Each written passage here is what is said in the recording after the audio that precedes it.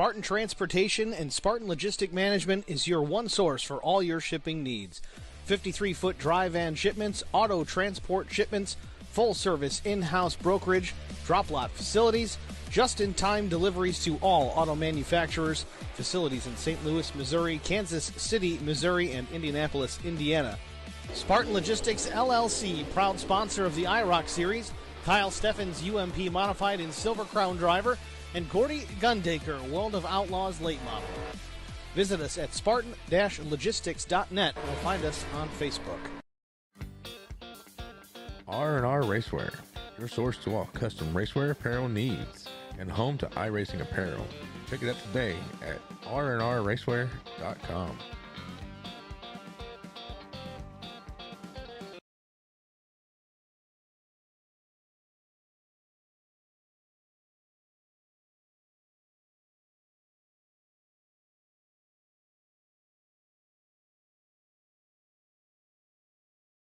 I met Marcos Garza when we were doing radiothons for St. Jude Children's Research Hospital. We needed sponsors to help us raise money, and he's always the first one to jump in. I would describe Marcos and his team as upstanding, someone you can trust, and he is just a genuine guy. Marcos has been very generous. He has a genuine concern for people. You need somebody that cares about you. And that's what Marcos is, and that's pretty much what this firm is. The Garza Law Firm. Let us help.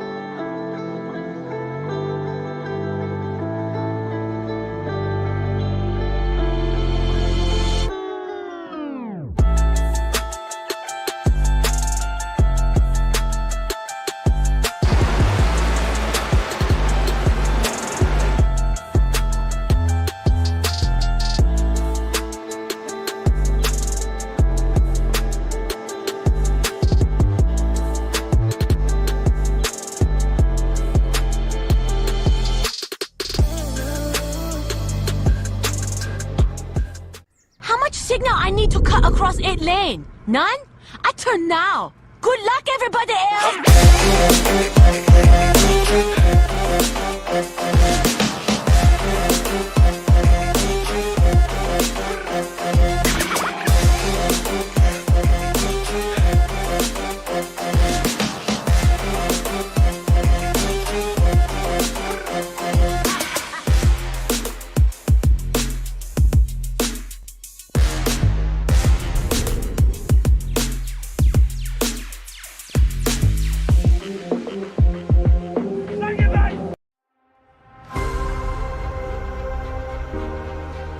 Gonna try and stop Smith. He drops down below, throws the block, up the racetrack, throws another block. McCann goes to the outside, 3 wide for the race lead in the win here in Daytona. Crosses the stripe and we're all reckoning. Brian McCann takes the checkered flag. Blaze has newer tires, 6 laps newer to be specific. Into 3 and 4 for the final time. He makes some contact with Zach Millett. Millett drops it back to the bottom. Off of turn number 4 for the final time.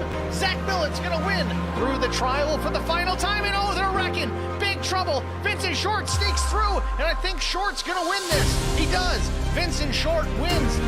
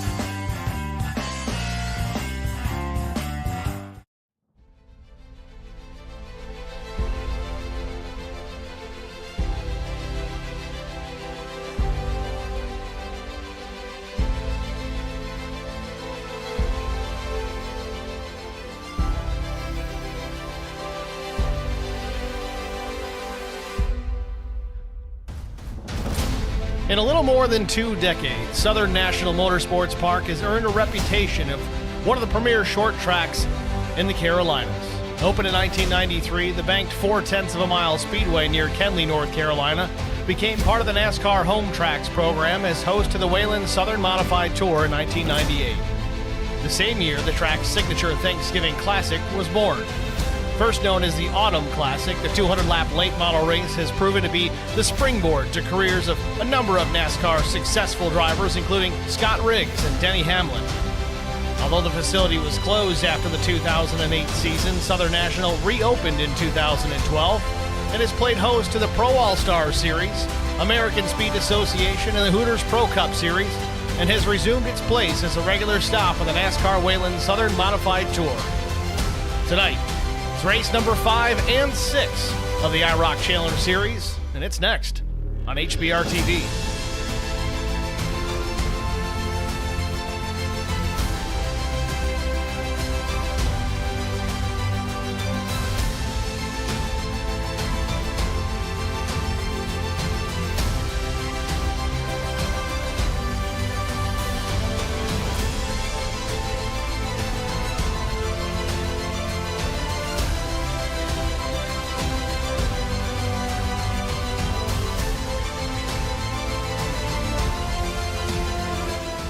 Good evening, everyone. Welcome to the virtual Southern National Motorsports Park. Races number 5 and 6 of the IROC Challenge Series. Twin 125 events here this evening, 125 laps apiece. 2 races, hence the twins. Practice and qualifying in the books here. Warm-up session just about complete. Couple minutes remain. Let's look at the race details. 79-degree ambient temp, 44% humidity, partly cloudy skies. 2-mile-per-hour breeze. Track temperature 96 degrees Fahrenheit. Drivers have a full fuel load here tonight at 100%. 2 sets of tires over the wall and a 125 lap race distance. Again, we do run stages in the series, and in the Twin 125s we have a stage break per se, but we don't actually stop to serve that stage break. The standalone events typically do have a caution flag that would come out for that, but to give you the details, the Twin 125's lap 50 will be the stage, lap 25 and lap 50 will be the stages. Again, no cautions to be thrown for them, they just happen. Again, if we have a standalone race, a 200-lapper, caution flags will be thrown, but not in this particular event tonight. Let's go trackside here, see who's got the best time to this point. No one's surprised. Kyle Terzak fastest with a 14:17. Brian Rose second quick, a 14:28. Troy Radford third quick. Fourth is the 26 of Tyler Hilton. Garrett Johnston fifth fast.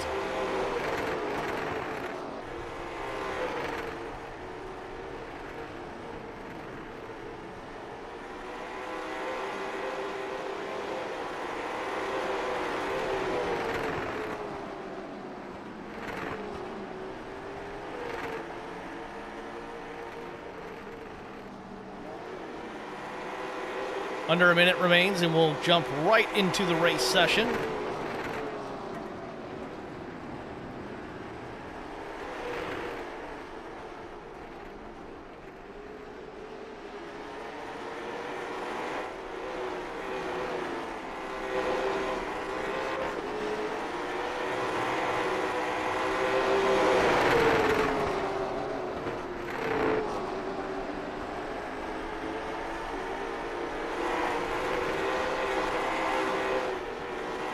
Seconds left before the black and red flags drop on the warm-up, and we'll get right into our starting grid.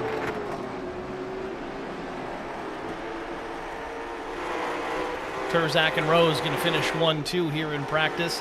Turzak about a tenth and a half quicker. Just a tenth quicker than Brian Rose. A tenth plus 100th. With that, though, that concludes the warm-up session.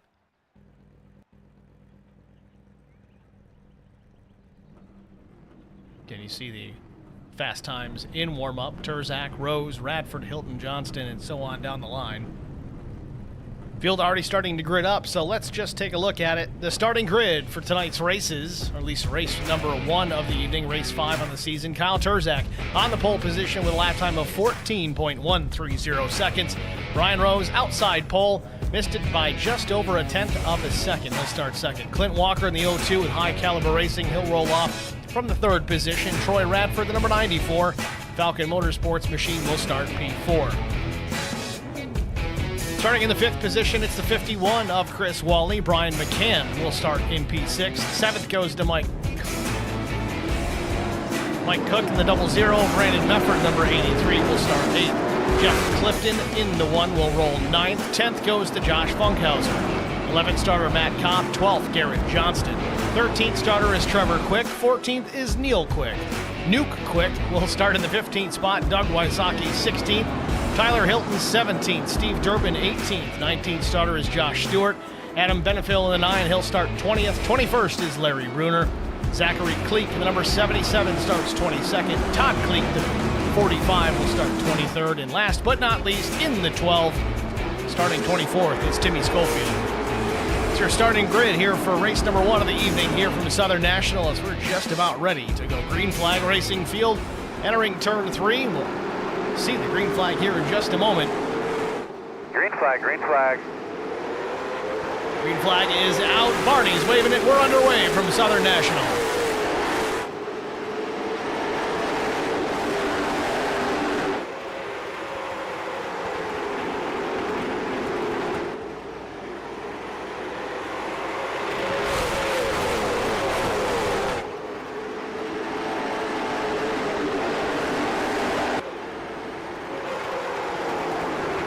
Turzak out to the early lead over Brian Rose. Rose sits there in the 2nd spot unchallenged for now, but behind him, Clint Walker, Troy Radford doing battle. Radford to the inside. The 0-2 of Walker trying to hang on, gets a piece of the outside wall on corner exit.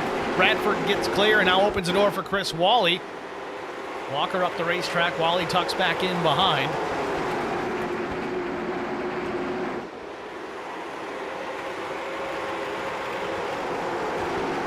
Wally just ahead of Brian McGann.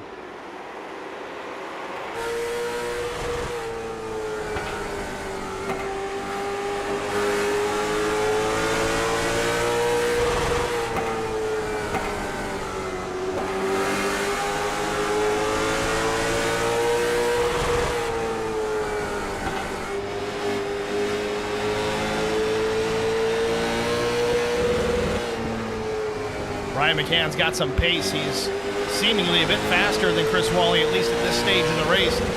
Keeps taking a peek to the inside. We'll see if he can stuff his nose down to the bottom, but you gotta be careful Chris Wally doesn't slam the door a little late into that exchange. Take both drivers out of the equation.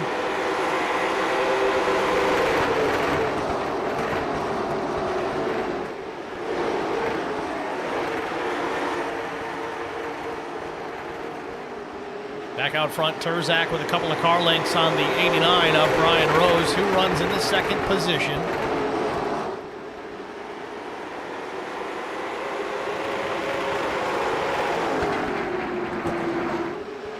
Brian Rose, the owner of Track Bar Media, does all sorts of work for iRacing leagues and other businesses outside of iRacing. Digital creator.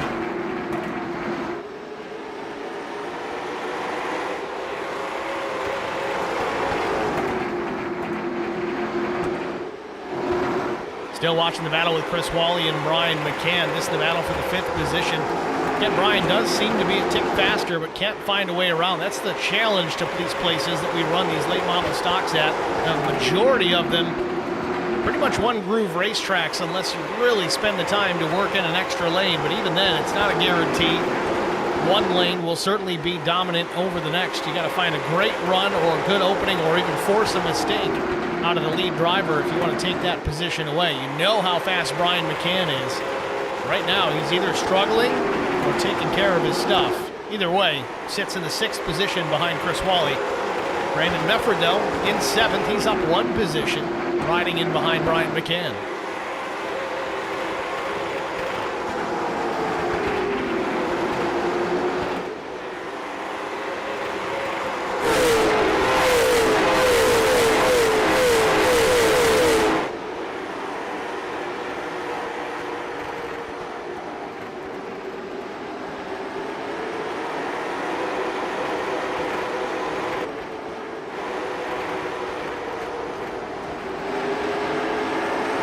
Starting to get a little impatient.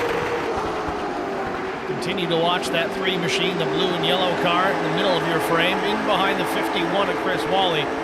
Diving it down to the inside, hoping that Wally will just stay up the racetrack and give him some room, but right now that's just not the case.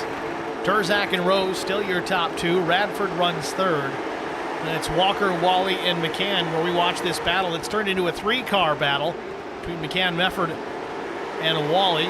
Wally keeping it a little bit low on the exit of turn 2 there. Slides up the racetrack, opens the door for McCann, but McCann tucks back in behind.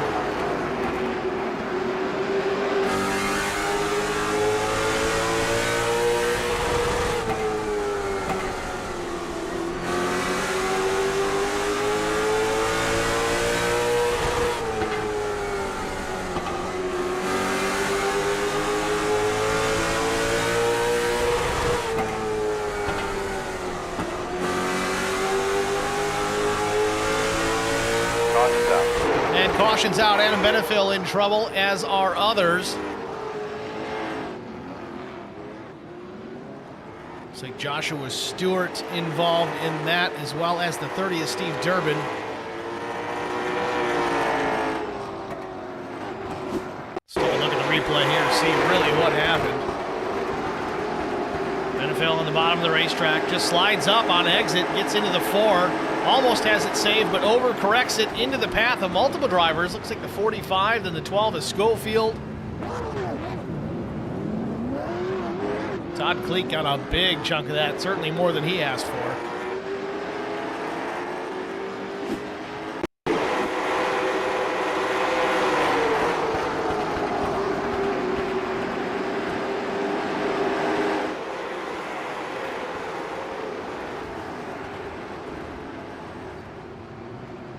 Just enough to flip it on its driver's door.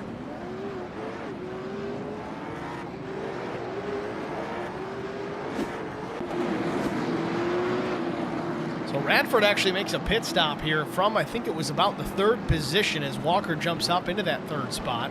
Radford making this pit stop, 10.6 seconds. I cannot imagine there was any tires taken during that exchange. We have found very often these Hoosier tires, as they get hot, as they get worn, they almost get better. So likely just a fuel-only stop for Radford, trying to ensure he can make it all the way to the end. This first run going 20-some-odd laps before we get the caution. And now we are at lap 25, so this would indicate the stage end. This caution is not for the stage per se.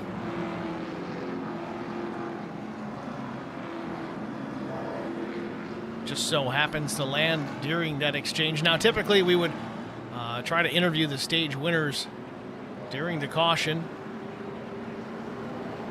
Again, in the Twin 125 events, the stage breaks do not have cautions.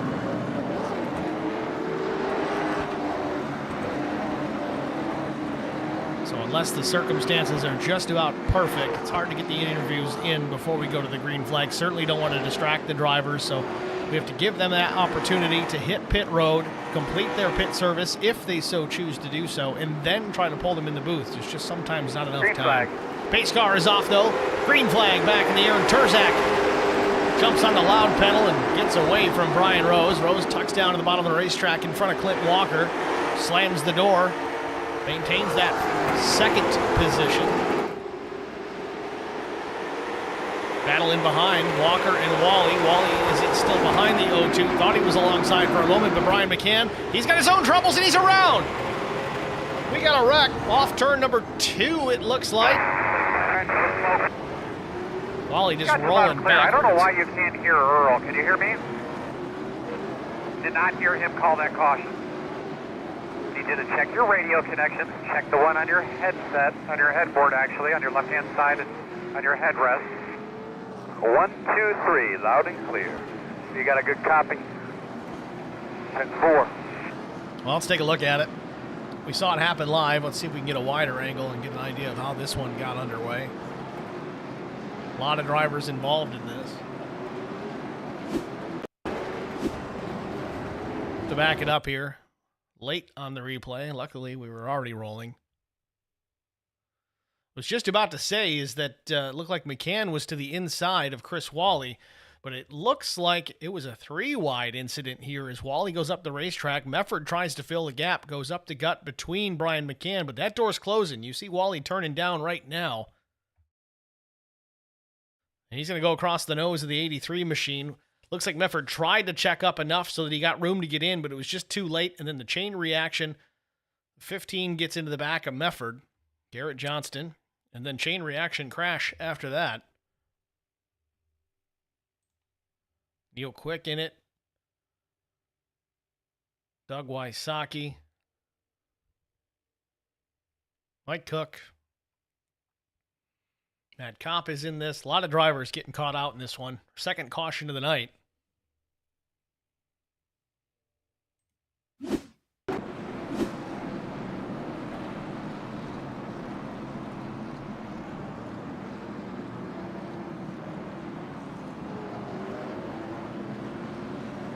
Well, Chris Wally was having a good start to this race.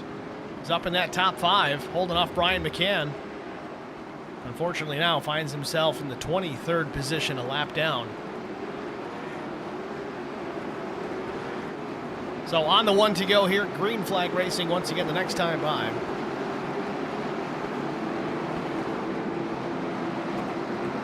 Green flag, green flag, green flag.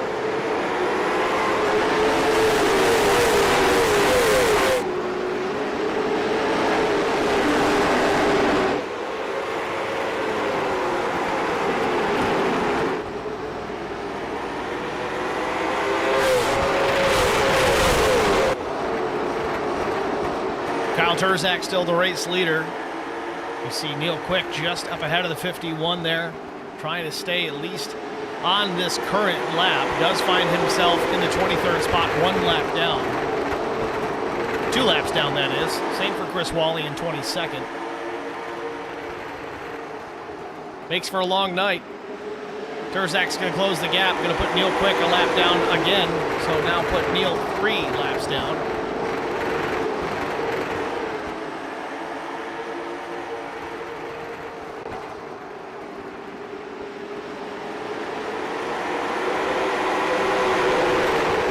McCann and Clint Walker battling for a time. Oh, contact! The 3 gets run into by Walker. Around he goes. All right, but get a couple laps by yourself there. How'd it feel? Just the damage continues. Drivers just piling in here after the fact. Schofield trying to go through Days of Thunder style.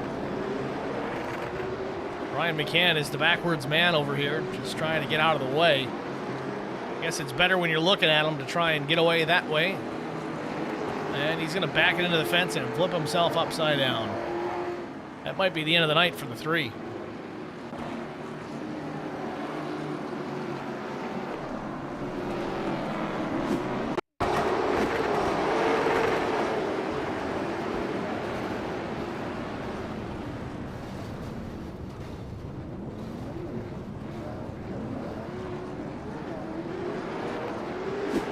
Yellow flag is out right here. It's already out. Yellow flag's waving. Schofield thought he had a hole there, but unfortunately there wasn't one. Multiple drivers getting caught out in that.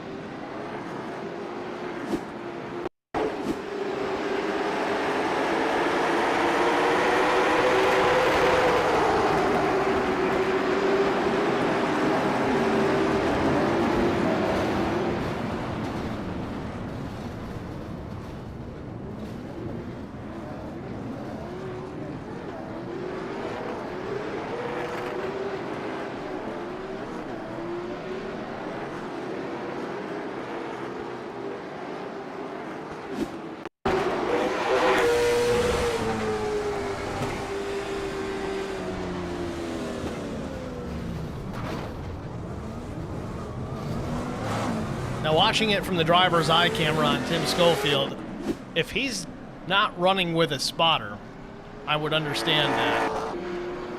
Because you really can't see anything. So unless his spotter never called that yellow, I guess that's the saving grace there. I'd give him the benefit of the doubt there if he's not running with a spotter, or maybe he's got a technical difficulty. It's not calling out the cautions. That does happen as well. I know Timmy's better than that, so I don't know. There might be some extenuating circumstances there. I don't want to throw him under the bus too hard. But pace car's in pit road. Green is back in the air. Terzak with the jump once again. Jeff Clifton now alongside.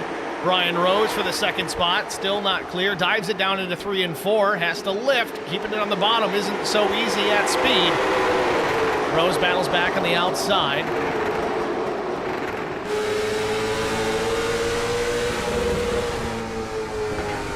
Again, I gotta say, this number 1 car at Clifton, just a throwback to me. All I think about is Rick Mast, Skull Bandit colors.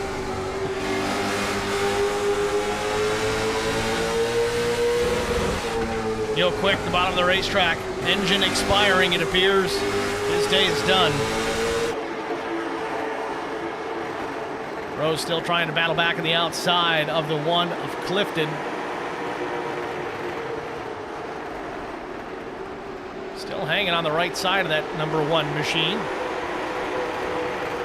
I'll tell you, Terzak's loving this, though. He's watching this out his rearview mirror and is continuing to increase the gap.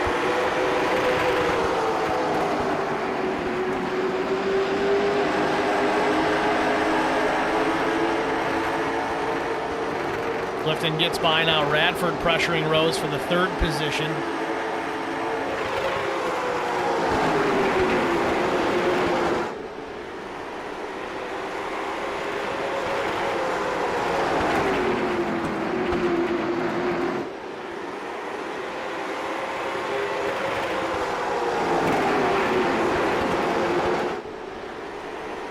Very close quarter battling off of turn number 4 between Rose and Radford. Rose gets the best of the 94, at least for the time being, but Troy gets a real good run down the backstretch into 3.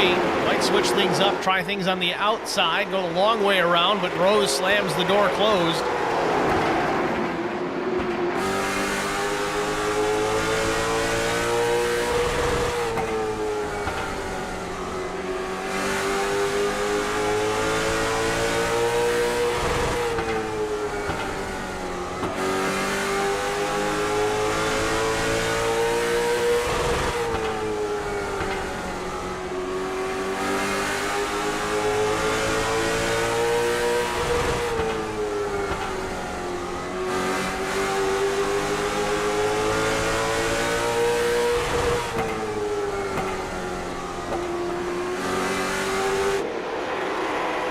Radford's definitely got more pace than Brian right now. We saw this early on with Brian McCann and Chris Wally. McCann was tucked right behind the 51 machine, had the pace, just couldn't make the pass. And it seems that way, no, roughs him up. Radford gets into Brian Rose and around he goes. Caution comes out.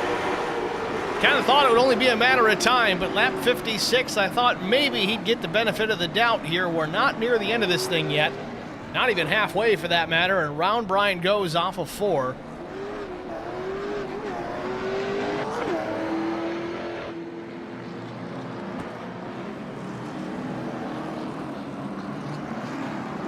Well, let's take a look at it once again.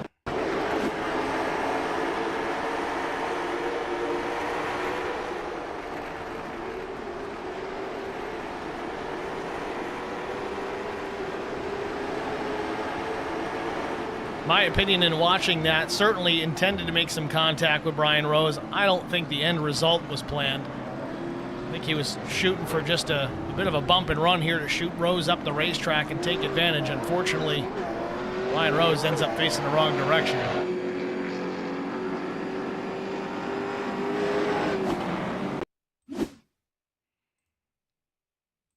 On board here, we'll go full speed with Troy Radford.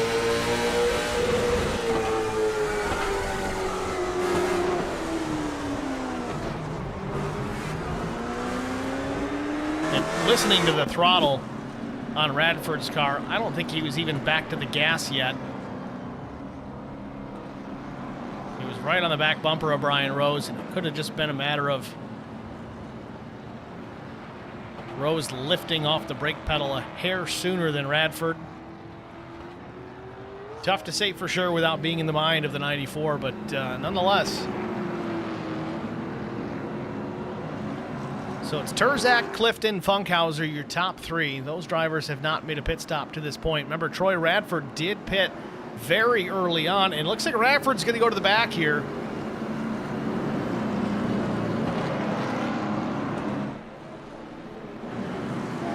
Radford either taking responsibility for that incident or the officials are pointing at him as responsible for it. Nonetheless, looks like Radford's going to go to the back. Maybe not the complete back. I don't know. He's 11th right now. They're going to wave off the restart because, again, clearly drivers still trying to get lined out, especially if they're going to administer a penalty to the 94. We got Tom Janikowski in the chat. The only one so far. Thanks for jumping in, Tom.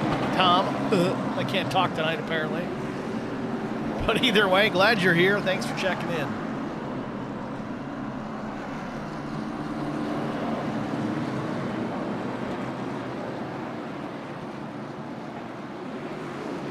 Keep in mind, guys, stream chat is open on both platforms, IROC TV and HBR TV. Green flag. Green flag back in the air.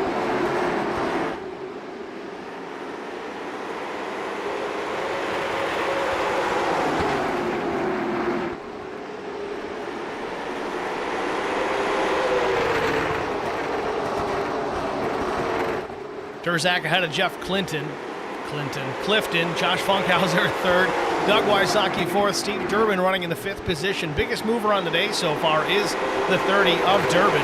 He's up 13 spots. Started 18th, running within the top five as he's trying to take fourth from Doug Wysocki. He's got to be careful though. Mefford looking around the outside. The 83's got a big run, takes that position almost with ease.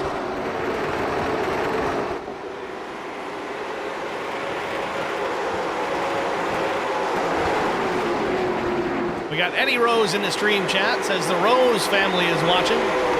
Thanks for checking in, Eddie. Feel free to throw in some trivia if you've got any. 67 laps down of 125, past halfway here from Southern National. We're going to take an opportunity here to get an HBR TV side-by-side break out of the way. Stay with us. We'll be back after this. I met Marcos Garza when we were doing radiothons for St. Jude Children's Research Hospital. We needed sponsors to help us raise money, and he's always the first one to jump in. I would describe Marcos and his team as upstanding, someone you can trust, and he is just a genuine guy. Marcos has been very generous. He has a genuine concern for people. You need somebody that cares about you. And that's what Marcos is, and that's pretty much what this firm is. The Garza Law Firm. Let us help.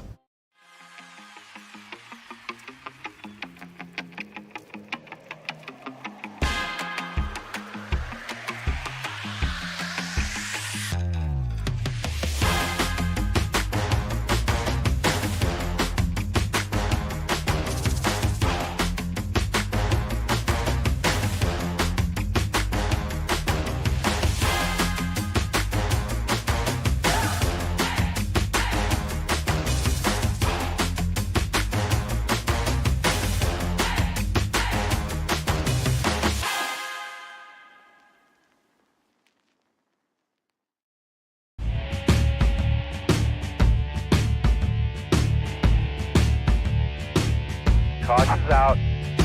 All right, buddy, you had a couple laps by yourself there. How'd it feel?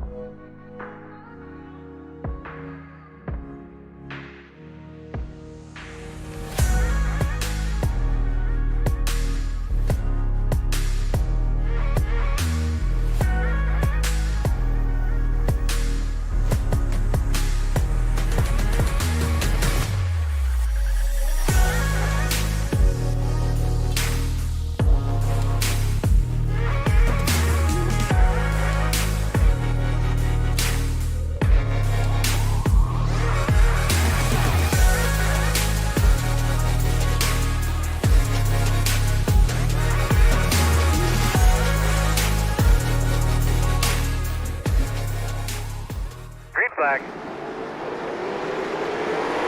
Back at Southern National, 79 laps in, back underway. You saw the caution during the side-by-side between Adam Benefiel and Cleek.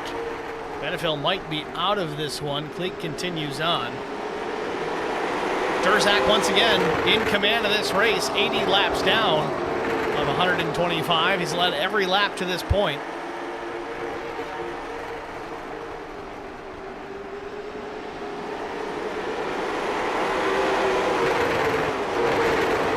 Funkhauser running in the third spot. Bradford up to fourth.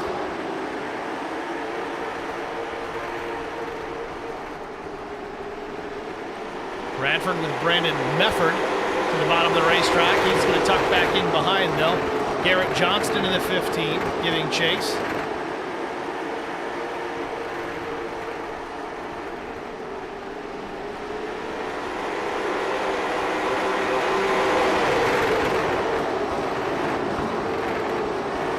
And caution's out again. Looks like Matt Kopp possibly in this one. Zachary Cleek as well. Chris Wally coming in late. Don't know if he made any contact.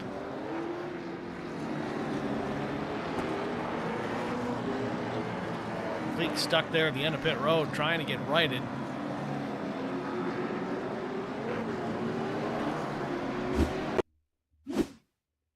Starts up ahead with the 02 and the 84. Clint Walker, Matt Kopp. And it looks like the 77's incident here is not related. He just gets to the bottom of the racetrack. A lot of guys will use that low side to try and get the car to rotate. It rotated all right, a little more than he bargained for. It gets turned around just ahead of pit wall. Chris Wally, I don't know if he was trying to avoid the 77 or not. But nevertheless, lazy spin, slide, whatever you want to call it, avoids contact with the 77.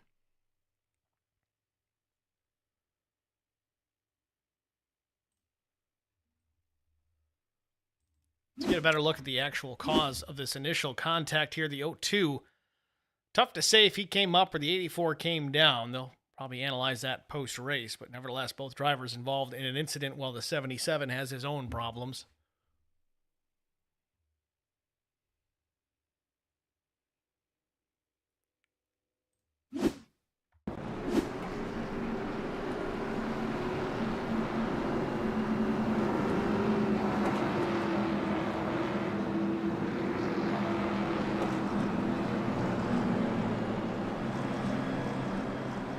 Just get everybody on the same page as far as what to expect throughout this race.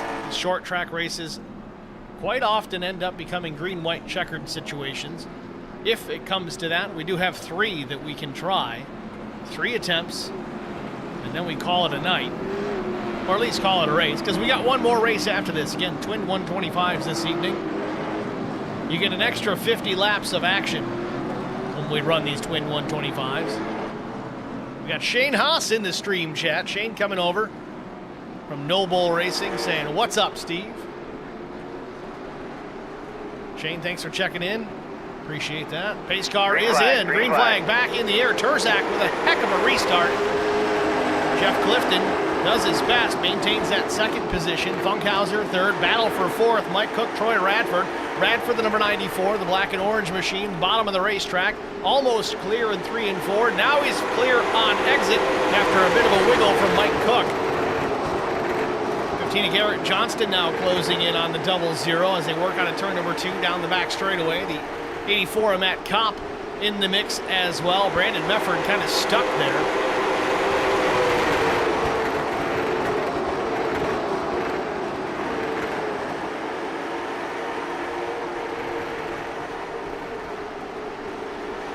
Four-car battle for position. Right now, Matt Kopp has the 5th spot.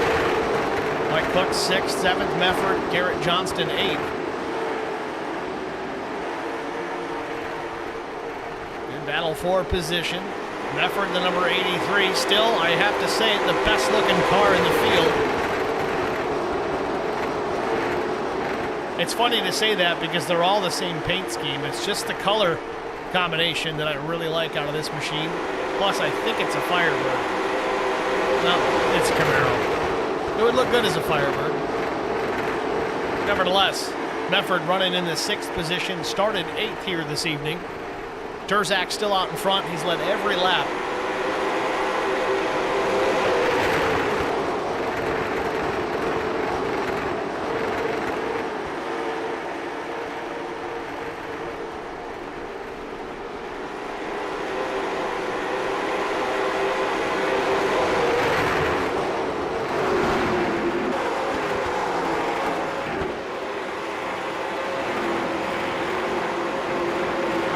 Wysocki back in the 9th position.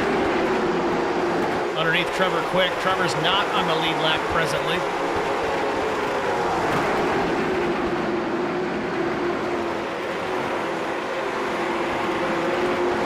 Closing into the home stretch here. It's lap 98 of 125. Out front's Turzak, then Troy Radford. This is the closest we've seen Troy to the front of the field this evening. About half the distance of the front stretch away from that top spot. Kyle Turzak running some good laps, but the last time by, Radford and Turzak, identical laps, 14.56 seconds.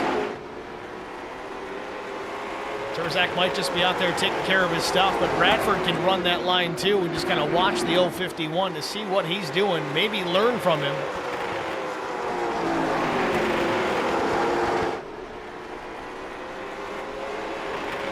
Turzak, even Radford, looks like they're scraping the outside wall before they turn down into turn 1.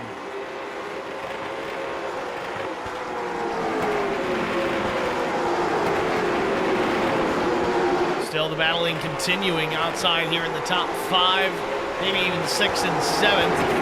Brandon Mefford up into that 5th spot, gets around the 84 of Matt Kopp. Trying to do something with Funkhauser, drives it way deep down into the corner. Roughs him up a little bit, uses that right side just slightly.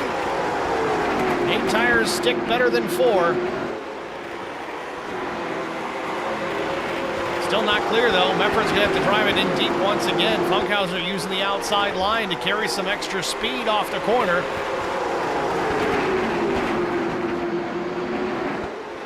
Mefford finally clear up into the 4th position. Funkhauser back to P5, but now he's got to worry about Matt Kopp. Matt Kopp's got company in Garrett Johnston. Johnston real loose. Great save off turn number 2 by the 15. He was attacking Matt Kopp for that 6th position, but unfortunately it almost cost him. So back to P7 goes the 15 machine.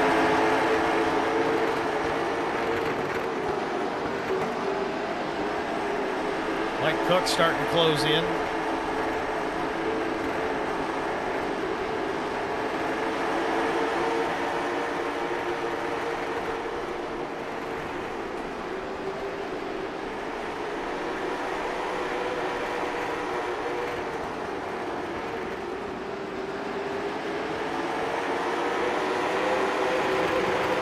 Interesting to note, Brian McCann, we thought he was out of this, but he is still out on the racetrack, running 19th.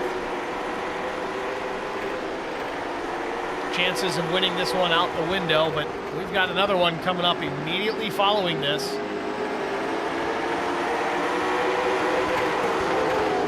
Even though he's 4 laps down, still can benefit from the seat time, turning some laps around Southern National. Granted, we're under the sunlight right now. Race number 2 will be completely different conditions as the sun will have set. Track time's track time.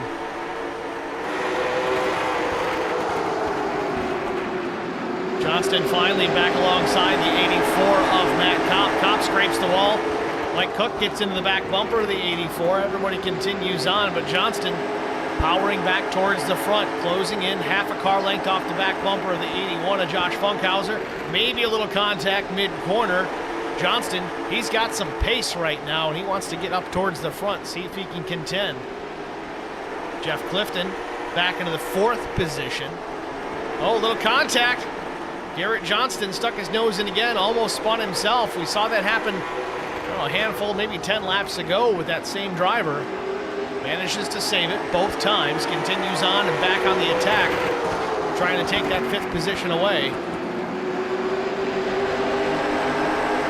Johnston certainly got better drive off. Really closes the gap from the apex to exit. Johnston now working the outside, back to the gas a little bit sooner. Powers alongside Funkhauser, still not quite clear. Might have him off a 2 here. And there he is, finally gets clear of the 81, now crosses over, goes to the inside on the 1 of Clifton. Garrett Johnston on a tear here with 9 laps to go.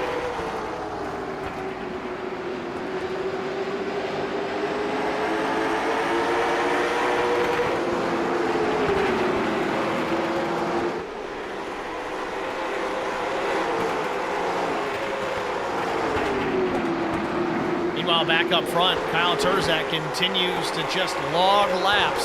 7 laps remaining here from Southern National. It's been stellar to this point. Every lap belongs to the 051.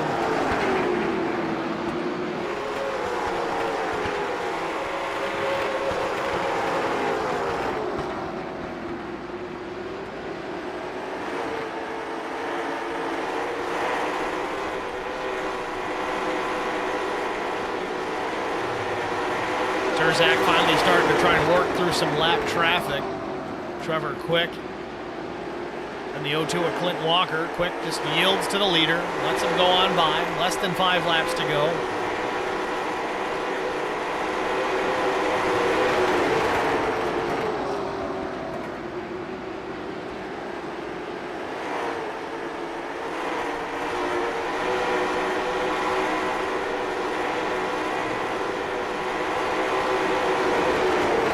Laps remain from Southern National. Turzak trying to make it a perfect night.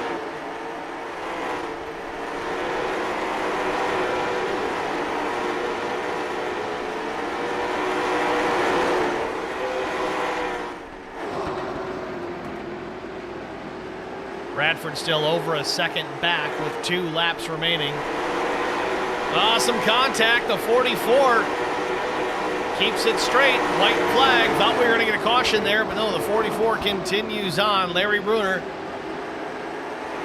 may lose another lap here or may not. We'll see if Turzak can get to him or get clear. He doesn't need to. He's got enough of an advantage, and off turn 4, Turzak is going to take the checkered flag. Race number 1 of the night belongs to the 051.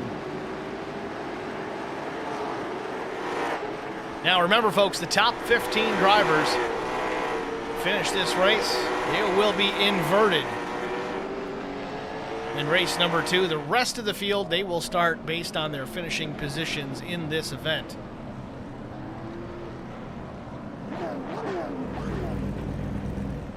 Terzak parks it in victory lane here. He's going to get set here for the next race.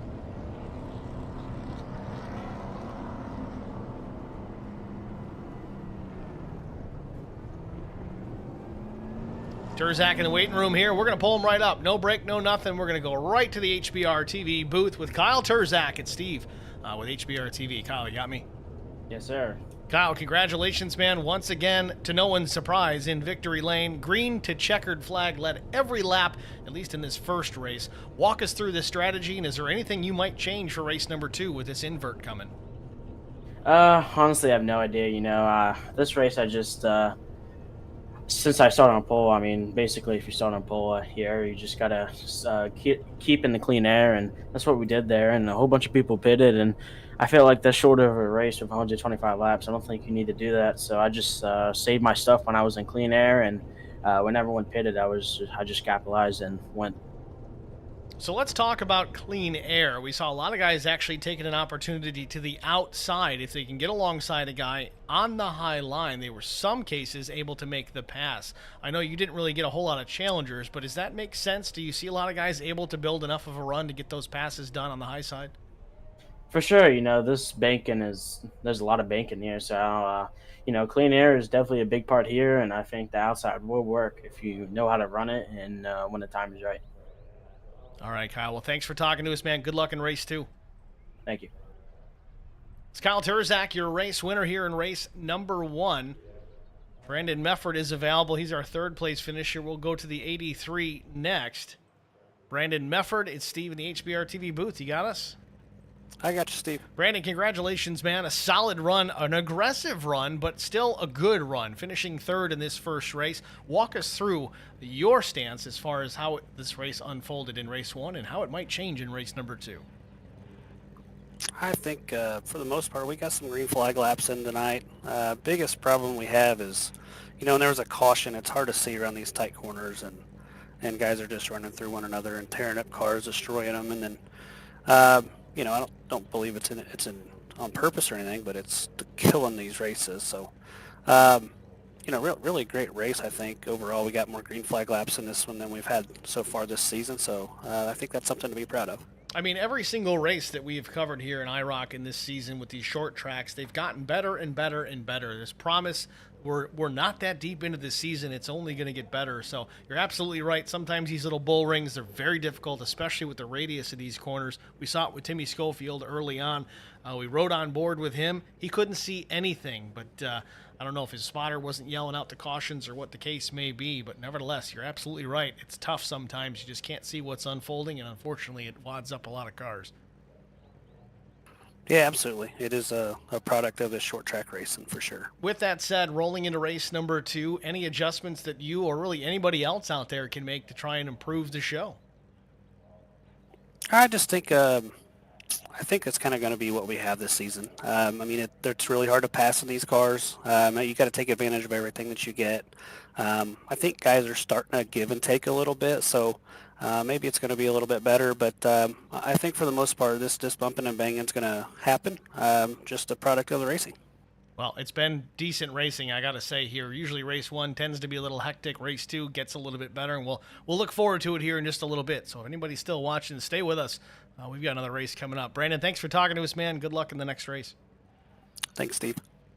Brandon Mefford, your third-place finisher. Haven't heard from Troy Radford yet. Don't know if we necessarily will. I think this is only our second or third attempt here at these doubleheaders, but it does require us to jump out and jump into another session, but it's all seamless. So stay with us. There's going to be a break. We won't go anywhere. We'll stay live here at the channel, and when we come back, it'll be under the lights. It'll be dark.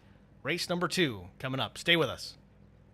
I met Marco Scarza when we were doing radiothons for St. Jude Children's Research Hospital. We needed sponsors to help us raise money, and he's always the first one to jump in. I would describe Marcos and his team as upstanding, someone you can trust, and he is just a genuine guy. Marcos has been very generous. He has a genuine concern for people. You need somebody that cares about you. And that's what Marcos is, and that's pretty much what this firm is. The Garza Law Firm. Let us help.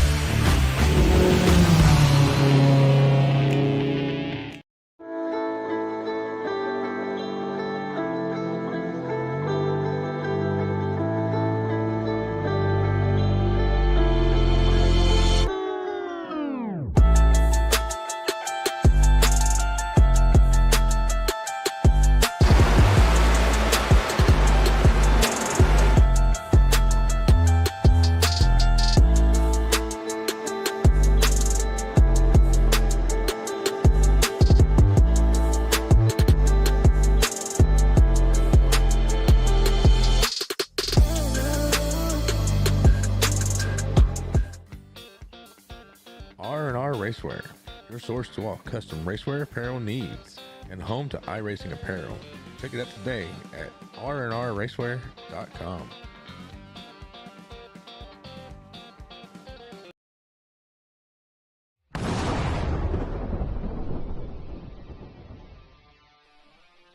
Spartan Transportation and Spartan Logistic Management is your one source for all your shipping needs.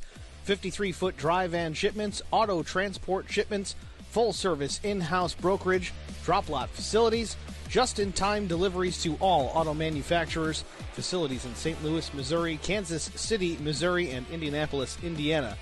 Spartan Logistics, LLC, proud sponsor of the IROC Series, Kyle Steffens UMP Modified and Silver Crown Driver, and Gordy Gundaker, World of Outlaws Late Model. Visit us at spartan-logistics.net or find us on Facebook. How much signal I need to cut across 8 lane? None? I turn now. Good luck, everybody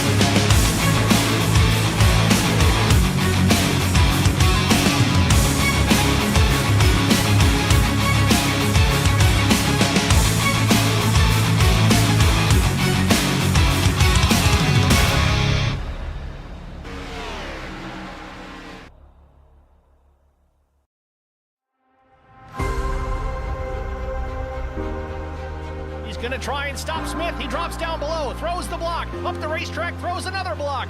McCann goes to the outside, 3 wide for the race lead in the win here at Daytona. Crosses the stripe and we're all reckoning. Brian McCann takes the checkered flag. Blaze has newer tires, 6 laps newer to be specific. Into 3 and 4 for the final time. He makes some contact with Zach Millett. Millett drops it back to the bottom. Off of turn number 4 for the final time. Zach Millett's gonna win through the trial for the final time, and oh, they're wrecking. Big trouble. Vincent Short sneaks through, and I think Short's gonna win this. He does. Vincent Short wins.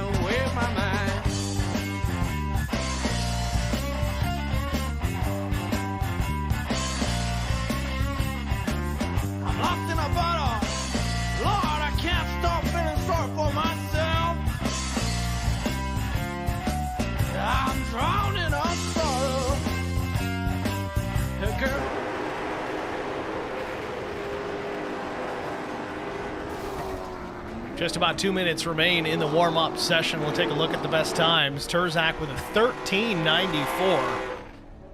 Troy Radford a half-tenth shy of that, 14.01. Then Mefford an 06. McCann with an 09, and Neil Quick with a 14.12.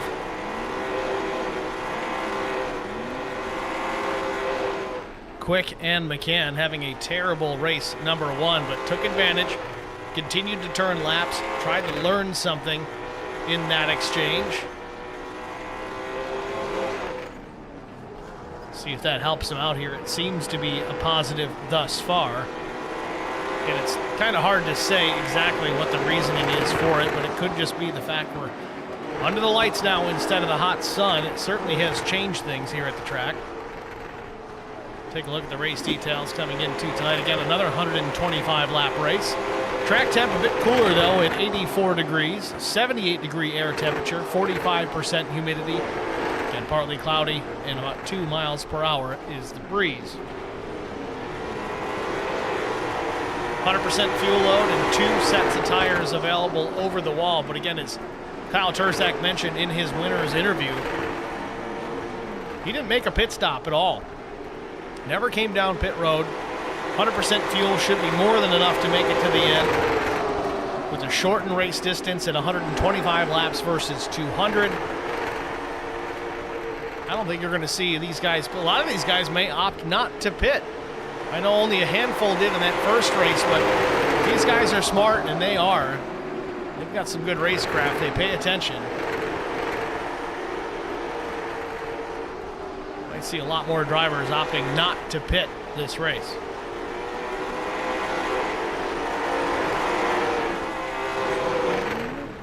So that's it. The warm-up is in the books.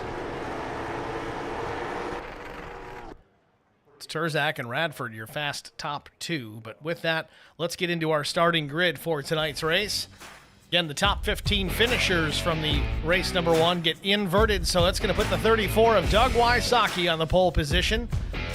Interestingly enough, Terzak's going to start outside front row. I'm not sure why that is. It should have inverted the top 15. But Adam Benefill's 3rd, Matt Kopp 4th, Tim Schofield will start 5th. Todd Kleek rolls from the 6th spot. Joshua Stewart in the 7th position. Yeah, this is all screwy.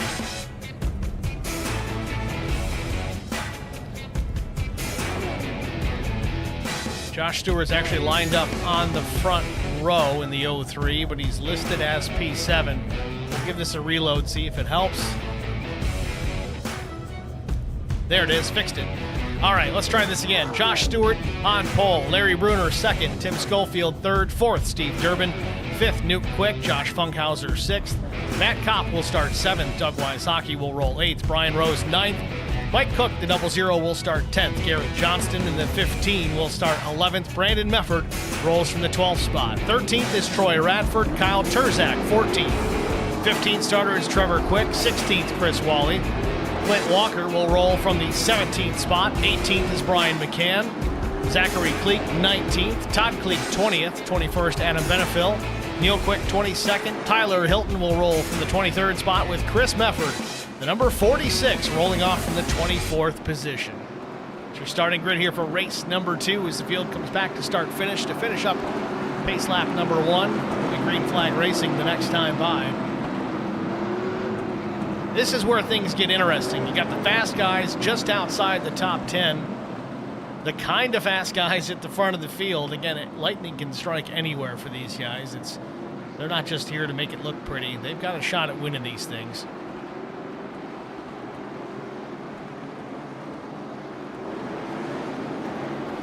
Green flag. Green flag in the air. We're racing.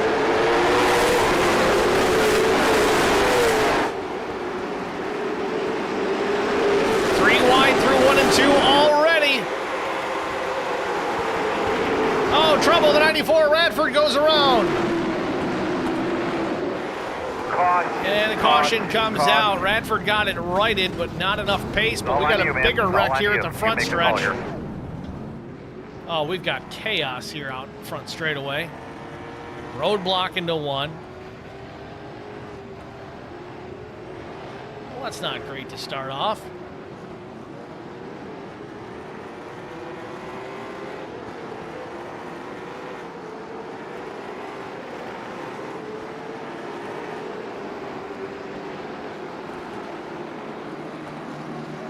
So, 3 laps in now. Working our first caution. Tim Schofield there, already smoke pouring out the back of that machine. Not a good way to start off. Could be a short night for the 12.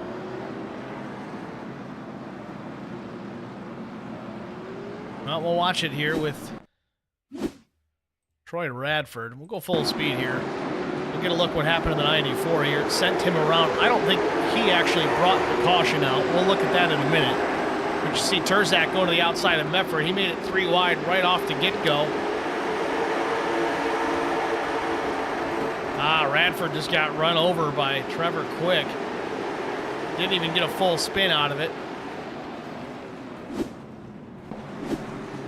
Let's see if we can figure out this melee on the front stretch.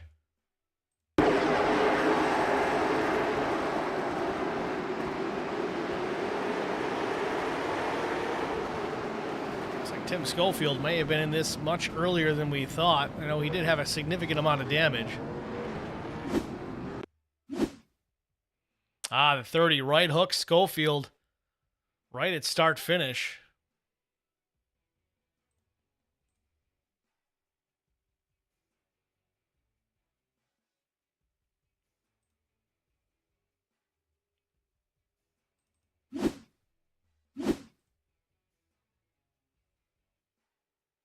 Then everybody else just piles in.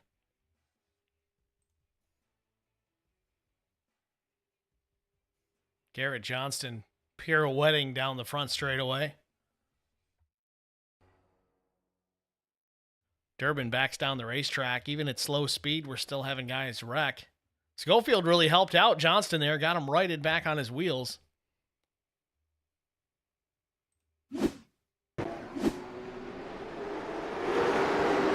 Flag back in the air. Josh Stewart in command over Larry Bruner.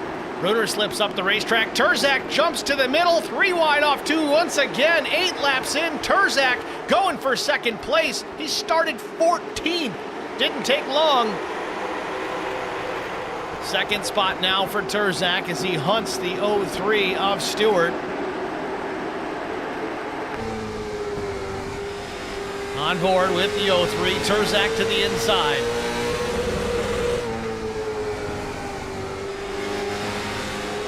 Stewart slips up the racetrack trying to hang with the 051, and Turzak takes the lead just as the yellow comes back What's out. going on out there, bud?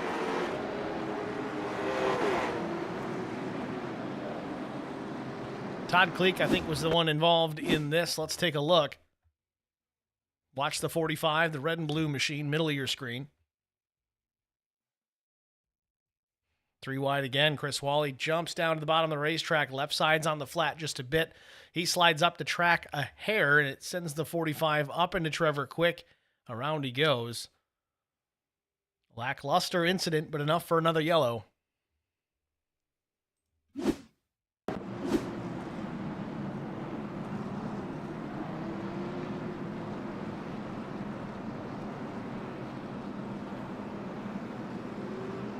"12 laps in, 125. A couple of cautions to this point.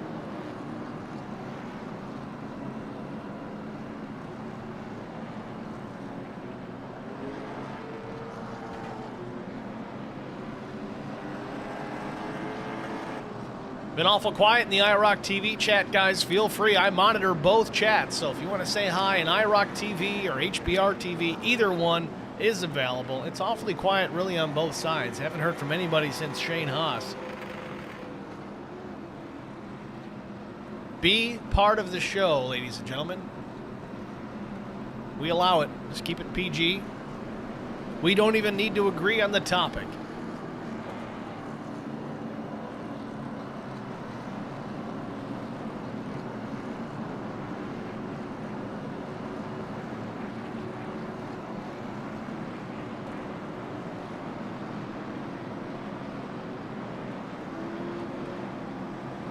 I know Brian McCann's usually good for at least one message while he's behind the wheel.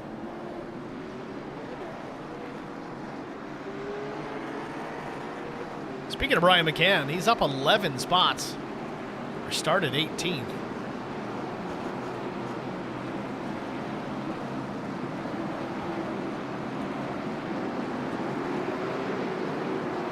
So we get ready for yet another restart. Pace car is in. Green flag in the air. We're back racing at Southern National.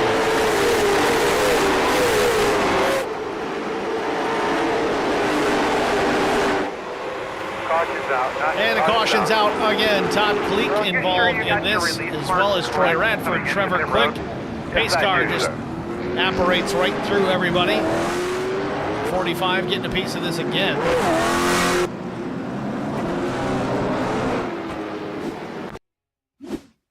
So we were 3 wide again.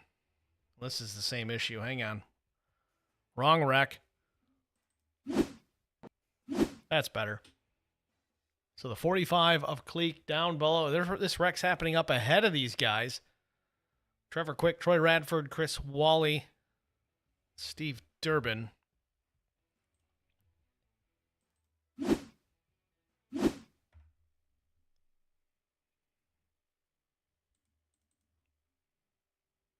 Looks like chain reaction here. It started off, it looks like, with Trevor Quick and Troy Radford. We'll get a better look here. It's already in motion. We'll back it up again.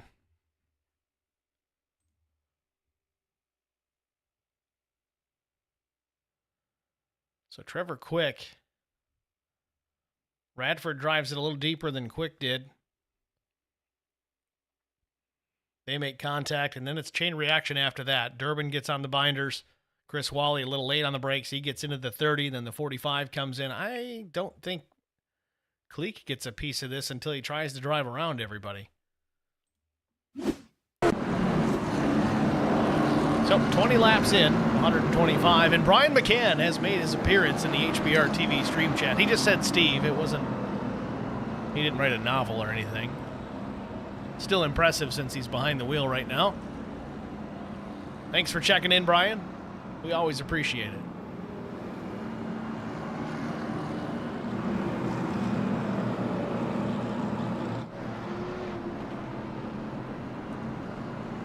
So as it stands right now, the top 16 drivers have yet to make a visit to pit road. And that's not really surprising by any means, but there's multiple drivers that have. Granted, they've likely all been involved in one incident or another. Garrett Johnston, Steve Durbin, Chris Wally, Trevor Quick, Troy Radford, Todd Kleek, Josh Funkhauser, Tim Schofield. All making an appearance on pit lane.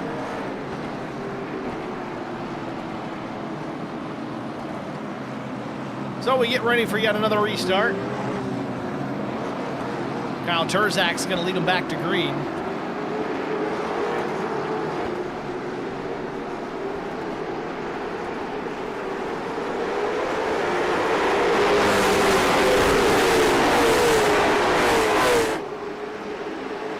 Terzak with a big jump, put some distance on the 03 of Stewart, about 3 car lengths.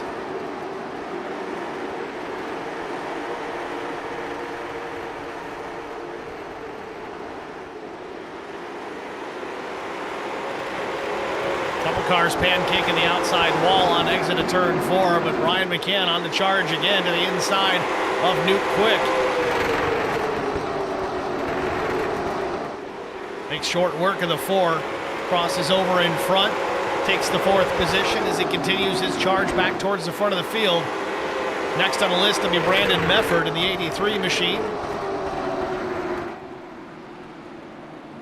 And the caution is out again.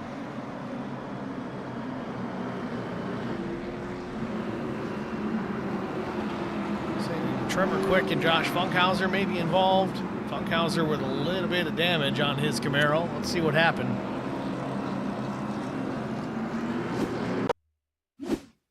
Not even sure it was 100% the 81 involved here.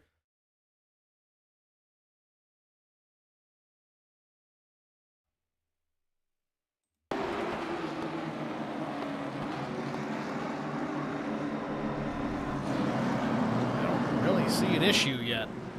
Trying to figure out what's put us under the caution flag again.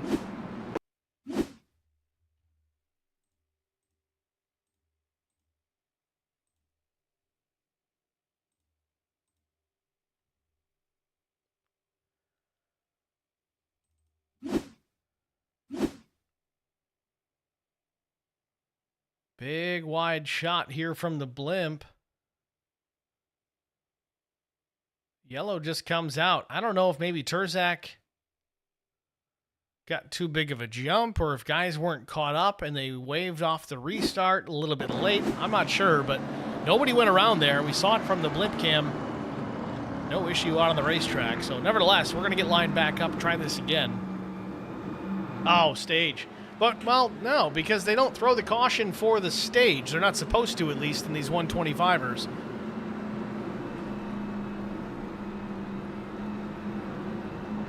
Double check the rule. Section 6.6a. The first stage will end as the leader completes lap 25 for the twin 125s, lap 50 for the 200 lap races. Oh, and a caution. Oh, the 200 lap races and a caution will be displayed.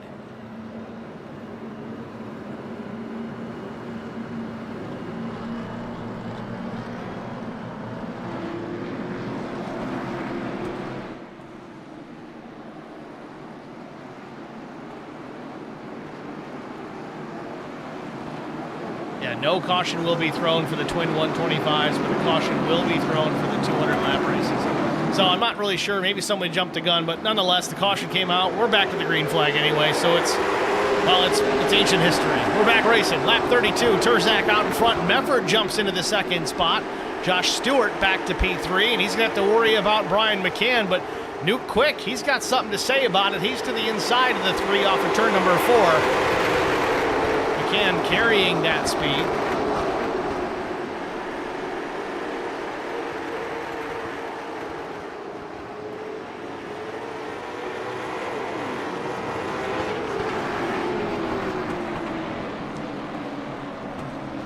And we got a caution again.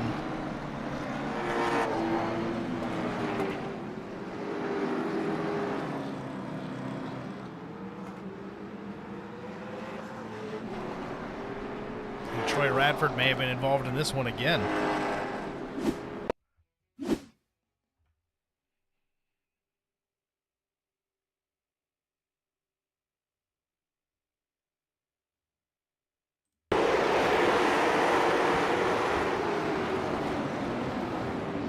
Just checked up a bit. Zachary Cleek, the guilty party it looks. Cleek in the 77, the black and silver machine up top.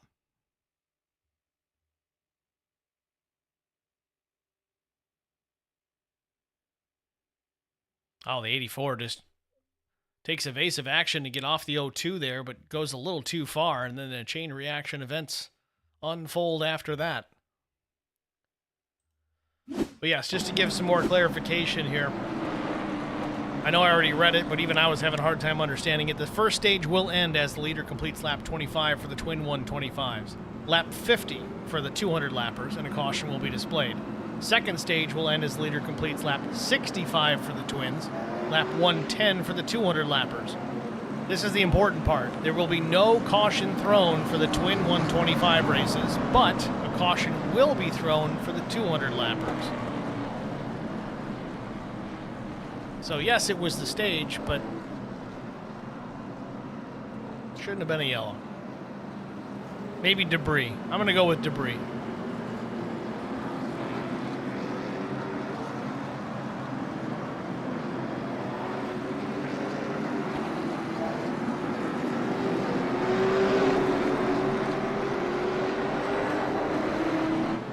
So we're going to line them back up here momentarily. In fact, we're lined up single file. Single file restart with consecutive cautions. We're back racing here from Southern National. Terzak on the jump. Brandon Mefford second. Ryan McCann takes advantage of the restart, gets to the outside as Stewart gets that third position and continues. McCann certainly wants more. A little redemption from that first race this evening.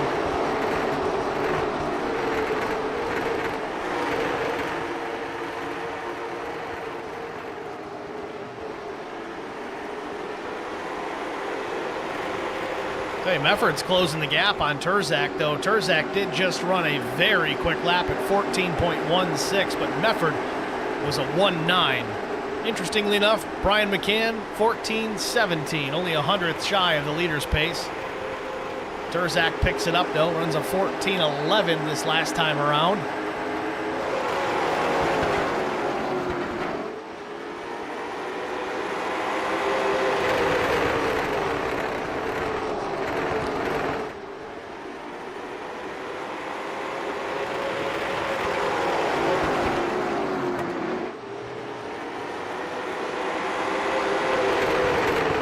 Field continues to chip away at the lap count. Let's give this an opportunity here. Let's try at least to go through the field the best that we can. Kyle Terzak, your race leader, again started 14th after the inversion. Terzak won race number 1. Every lap led for the 051, but that stat going away. Continues to lead though. Still has a shot at the most laps led.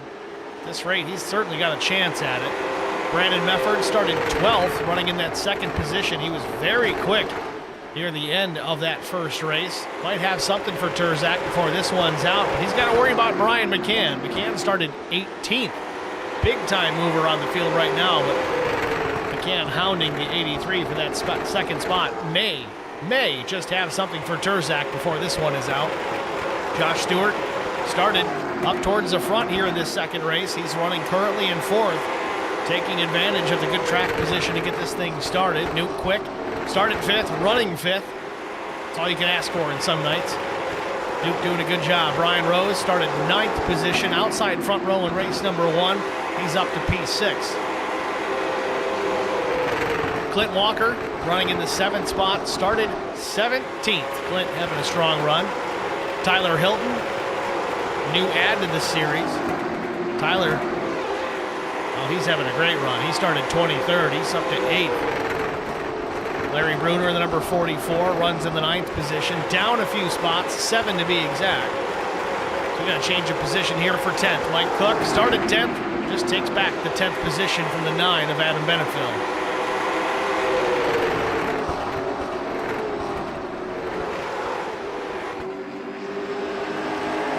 Turzak now with an 0.8 of a second advantage over Brandon Mefford. That's not the battle to watch, but this is the second place battle between Brandon Mefford and Brian McCann.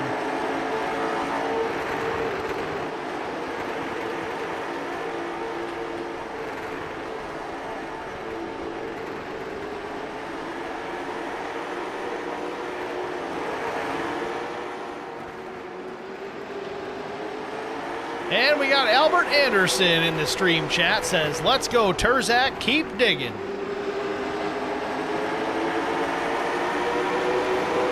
Way to go with the underdog, Albert.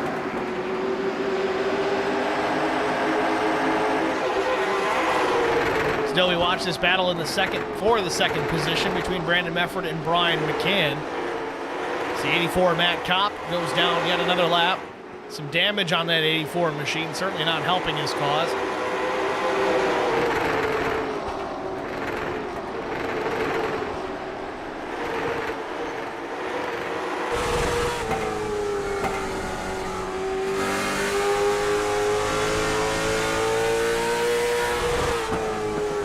Mefford holding off, a little bit of contact from Brian McCann. McCann trying to drive it down to the bottom of the racetrack. Mefford shut the door very quickly.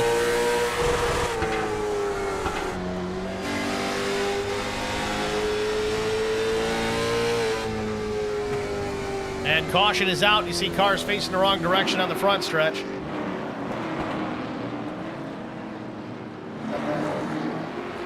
Todd Kleek back to pit lane. I think he was involved in this. So is, I believe, Zachary Kleek. Let's get a look at it, see what happened. There you have it. Zachary and Todd Kleek both involved in this.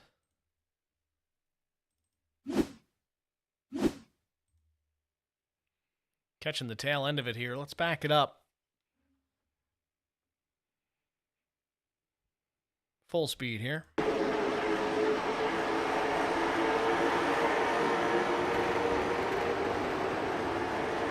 Zach able to lock it down and keep it off the inside wall, but unfortunately it was at the expense of Todd. Todd just jumps right back to pit lane.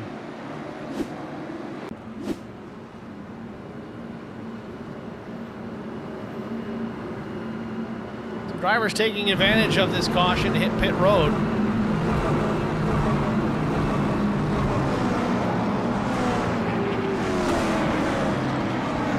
Saki, Josh Funkhauser, Mike Cook, Troy Radford. Radford's going to throw some tires on. Right side's only for the 94. He's down and away.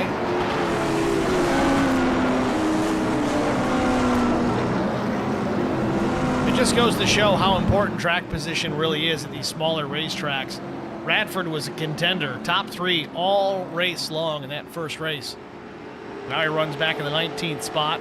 Again, with the inversion to set the field in race number 2, he got stuck out in the back. He's been involved in more than one incident this evening, most of which not of his doing. Just past halfway here at Southern National. Mefford and Turzak going to take the restart. Looks like Turzak's going to take the outside here. That's a switch.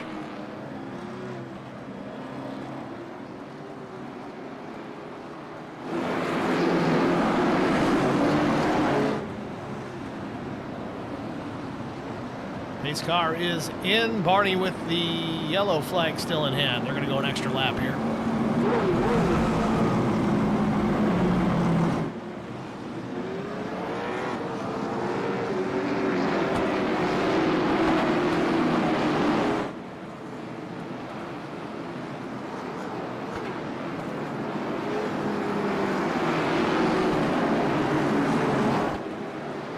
Green flag. Green flag in the air once again. Turzak on the jump. They did eventually switch things up. Turzak was going to restart to the outside with that extra lap, changed his mind, jumps to the bottom, takes the race lead back. Mefford runs second, McCann third, Stewart fourth, Newt Quick running in fifth.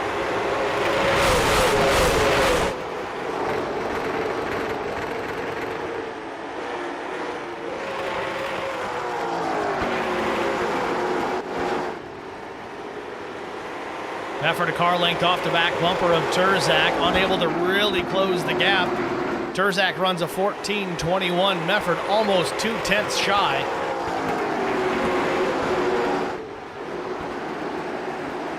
Mefford gets the right rear in the fence off turn number 4. McCann closes the gap again in 1 and 2. Exit of turn number 2. Still a car length, maybe half between the 3 and the 83.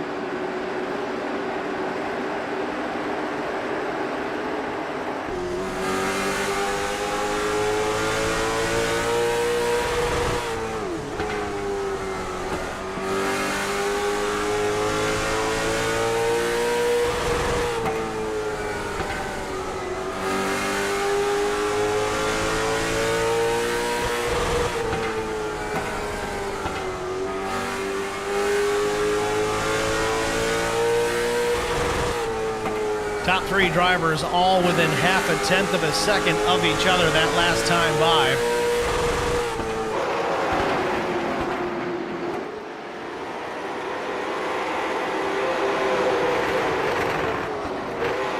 Oh, we got trouble in turn 4. Wysocki in the fence. Caution comes out yet again.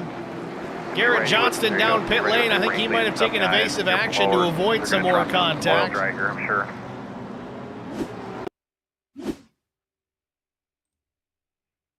We'll back things up here.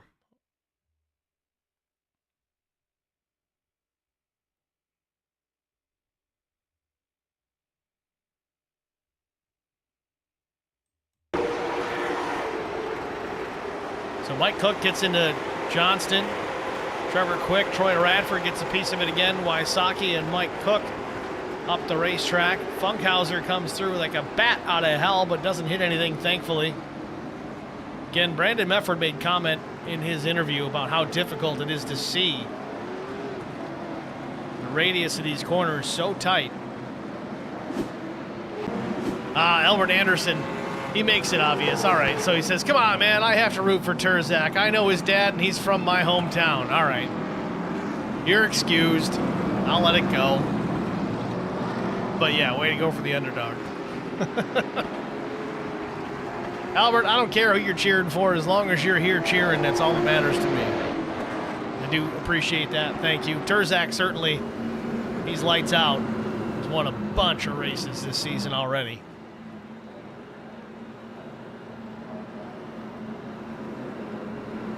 $50 laps to go from Southern National.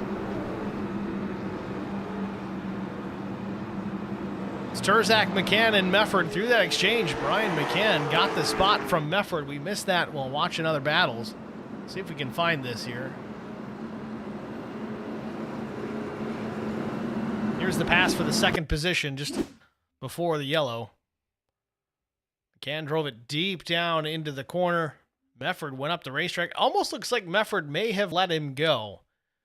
Now, Mefford's got a lot of experience racing these things, whether it's late model stocks, cup cars, trucks. It doesn't seem to make much difference, but he's got a lot of experience. He's got good racecraft. He may have let the 3 go on by, knowing that he may have been a tick faster. Just a guess. I don't know. But here we go. It's going to be McCann and Turzak on the restart. Turzak to the inside. Green flag back in the air. McCann times it well. Stays alongside the 51 down into turn number 1. The battle is on for the race lead. Wow, McCann never lifted off turn number 2, but he can't keep it alongside, and we got a crash again. Big time crash here down at turn number 3, it looks like.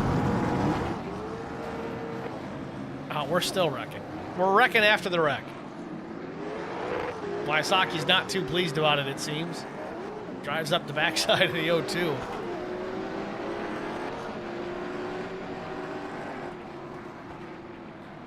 Let's take a gander at this one. Trevor Quick just coming up a little bit on the 9. It starts the chain reaction crash. Garrett Johnston involved again.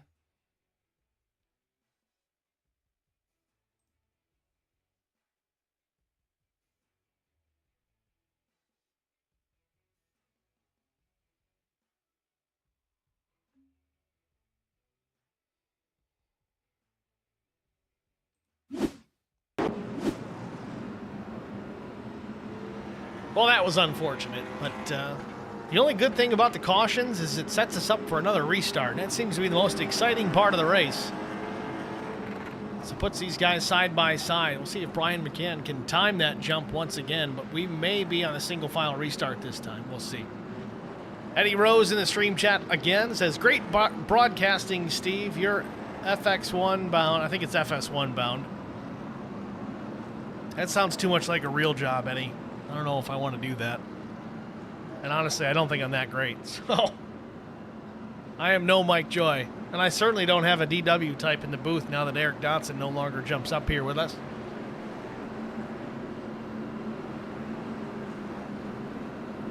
Nevertheless, I can think of worse things to do. It's quite fun to sit here 4 or 5 nights a week, watch some great racing. Honest to God, these league races tend to be 10 times better than any official iRacing race you're going to watch. Do I miss racing? Of course I do. But I get a chance every now and again. Got to pay them bills. Let's try it again here. Pace car about to pull left down pit road. There it is. Green flag back in the air. Turzak with a big time jump this time. Caught him sleeping. Now Mefford back to the inside of Brian McCann for the second spot. Not quite clear. McCann did not get a great restart, but carrying that middle lane seems to have a lot more momentum. Gets back around Mefford.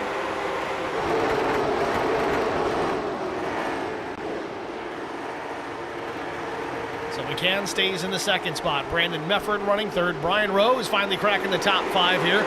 That car a little worn, beaten, and battered, but still competitive. Remember, we started outside front row in race number 1.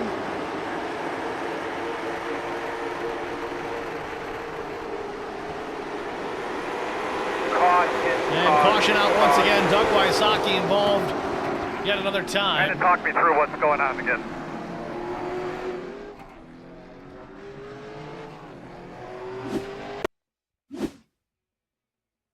Watch the 34, the white and green on the bottom side. Funkhauser tries to go up the gut here between himself and the 84. Matt Kopp. A little bit of contact. Funkhauser turns into a ping pong ball and he goes to the bottom side.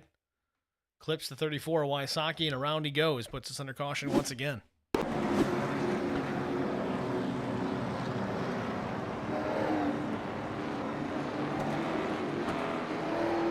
The more and more I look at this number 34 car, and I know it says RS12 Esports, of course the title sponsor of the series, but I think a Krispy Kreme logo would look great on that thing. Maybe I'm just hungry. Chris Wally running in the 13th position. Chris is up a few spots. So far having a much better night in race 2 than he did in race number 1.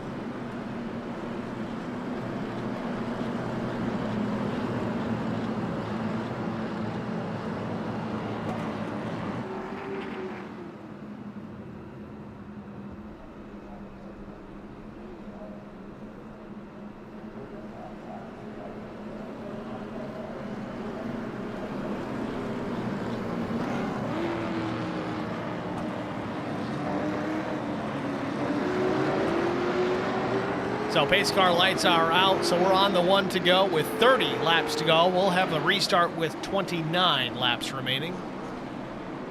Barring green-white checkers. Of course, we do have up to 3 opportunities if necessary. Pace car is in. Let's see if Turzak gets the jump. He does it once again, but a better restart for Brian McCann this time. Stays with the 051 through 1 and 2. Off turn 2, Turzak still clear.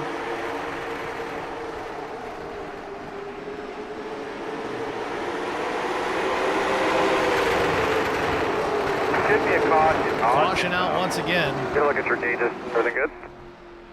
Not sure what brought this one out.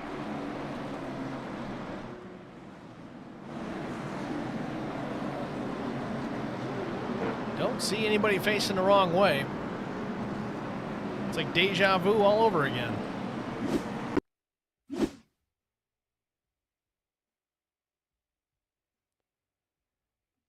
May have been a couple of slow cars exiting turn 2.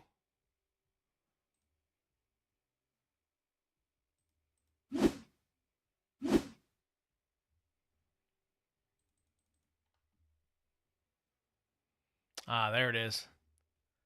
Incident in the middle of 1 and 2. A couple of cars getting stopped.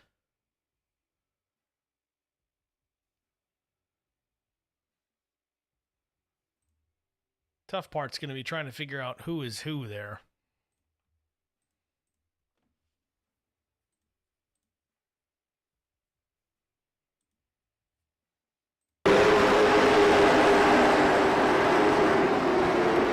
There it is, the 46 and the 51. Chris Mefford and Chris Wally coming together.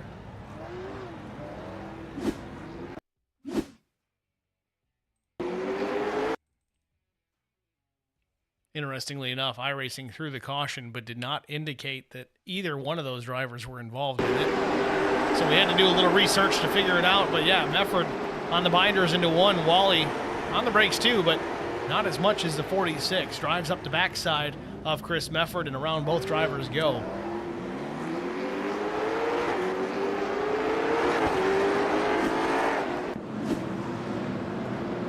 So 97 laps complete of 125. I hate to go to a break right now, but I'm going to go to an HBR TV side-by-side break. We haven't gotten one in this particular race. I've got to get at least one in. Stay with us.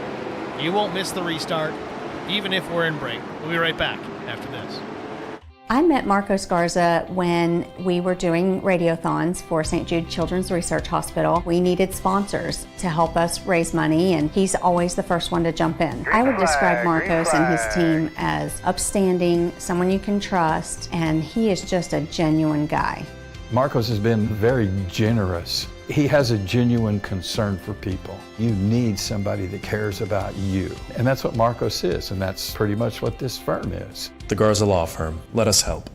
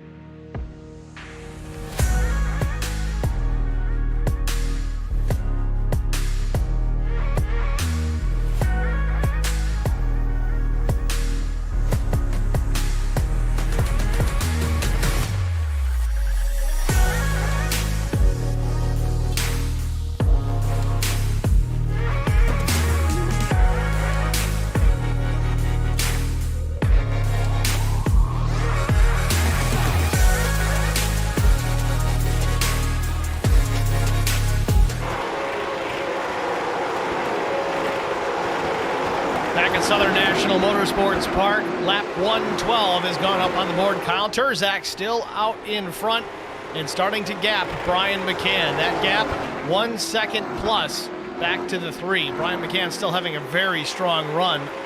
Starting in the 18th position, running P2. Turzak starting 14th up to that top spot. Didn't waste any time getting up there either. Further back in the field, the third place machine, the 83 of Brandon Mefford, trying to hold off Neil Quick for position. Brian Rose running in the 5th spot. Speaking of guys that have worked their way back through, Troy Radford running in P6. He's been involved in a bunch of incidents here tonight. Probably 2 or 3 different cautions that the 94 has been involved in, but he has not given up. He's battled back. He's inside the top 10 and looking for more.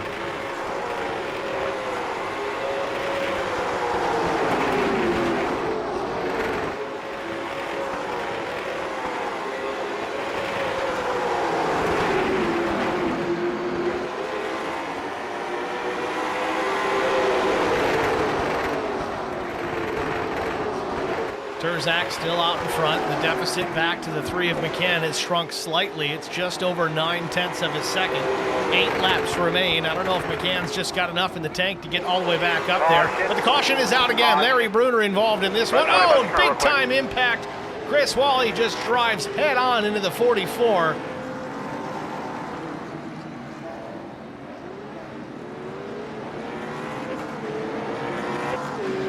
That's going to set us up for one whale of a finish.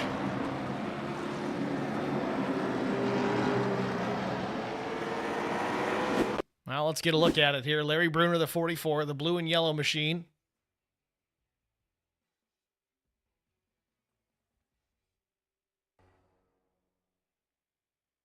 Garrett Johnston and Mike Cook in behind. Cook was just about there, and Bruner comes down the racetrack. Gets crossed up. Chris Mefford gets around, but Benefield drives up the back of the 46. Oh, man, Chris Wally, big time hit. Sends the 44, Bruner, right up in the air.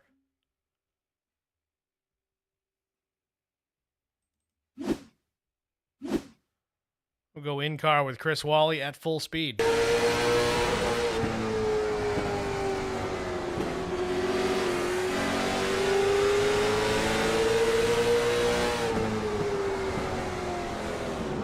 See, you really cannot see. Brandon Mefford was not lying. I know we saw it early on with Tim Schofield, but by the time Wally had the 44 in his sight picture, nothing he could do.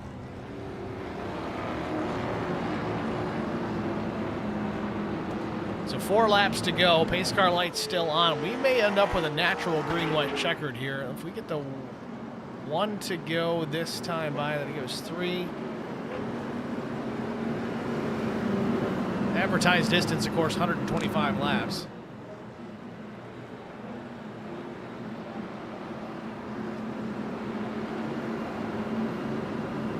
So lights are out on the pace car. So 3 laps to go. We're going to get the restart with 2 to go. So yes, this is a natural green-white checkered attempt. Okay, so this will not count towards our 3. If this finishes without another yellow, we'll still finish in regulation. Advertised distance of 125 laps. Though, if the caution comes out before the white, we're going to try it again. Pace car is in. Green flag in the air. Turzak with a good jump.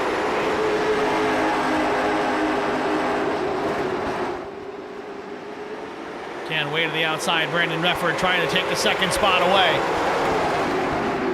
Field through 3 and 4. Coming to the white flag. Final lap from Southern National. Turzak with the lead. We continue to watch the battle for the second spot. McCann and Brandon Mefford for P2. Turzak looking to sweep the evening off turn number 4 for the final time. Kyle Turzak takes the checkered flag.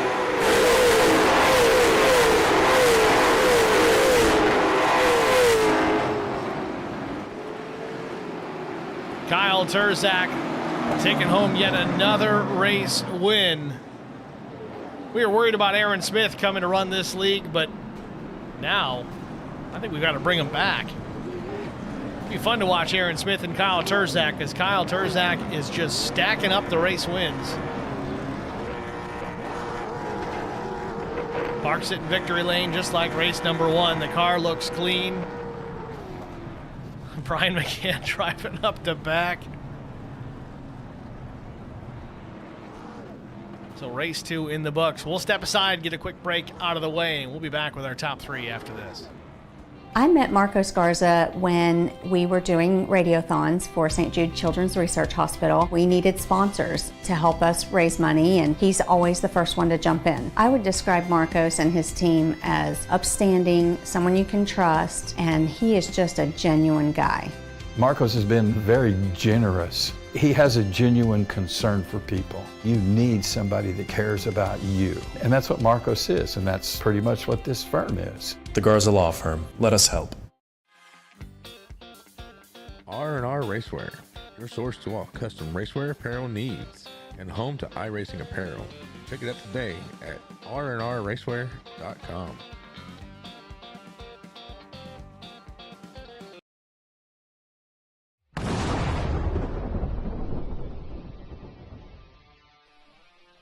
Spartan Transportation and Spartan Logistic Management is your one source for all your shipping needs. 53-foot dry van shipments, auto transport shipments, full-service in-house brokerage, drop lot facilities, just-in-time deliveries to all auto manufacturers, facilities in St. Louis, Missouri, Kansas City, Missouri, and Indianapolis, Indiana. Spartan Logistics LLC, proud sponsor of the IROC Series, Kyle Steffens UMP Modified and Silver Crown Driver, and Gordy Gundaker, World of Outlaws late model. Visit us at spartan-logistics.net or find us on Facebook.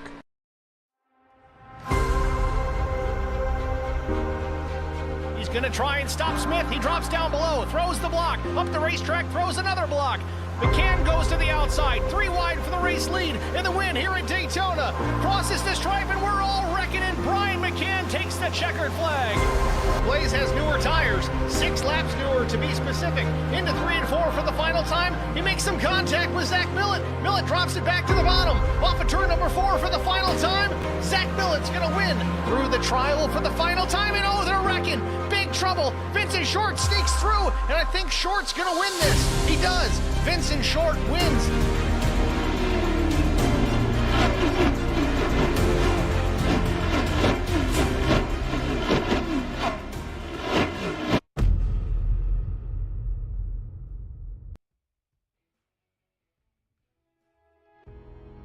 Back at Southern National Motorsports Park, race number 2, race 5 and 6, essentially, of the IROC Challenge Series presented by RS12 Esports. In the books, Kyle Turzak, well, he won them both.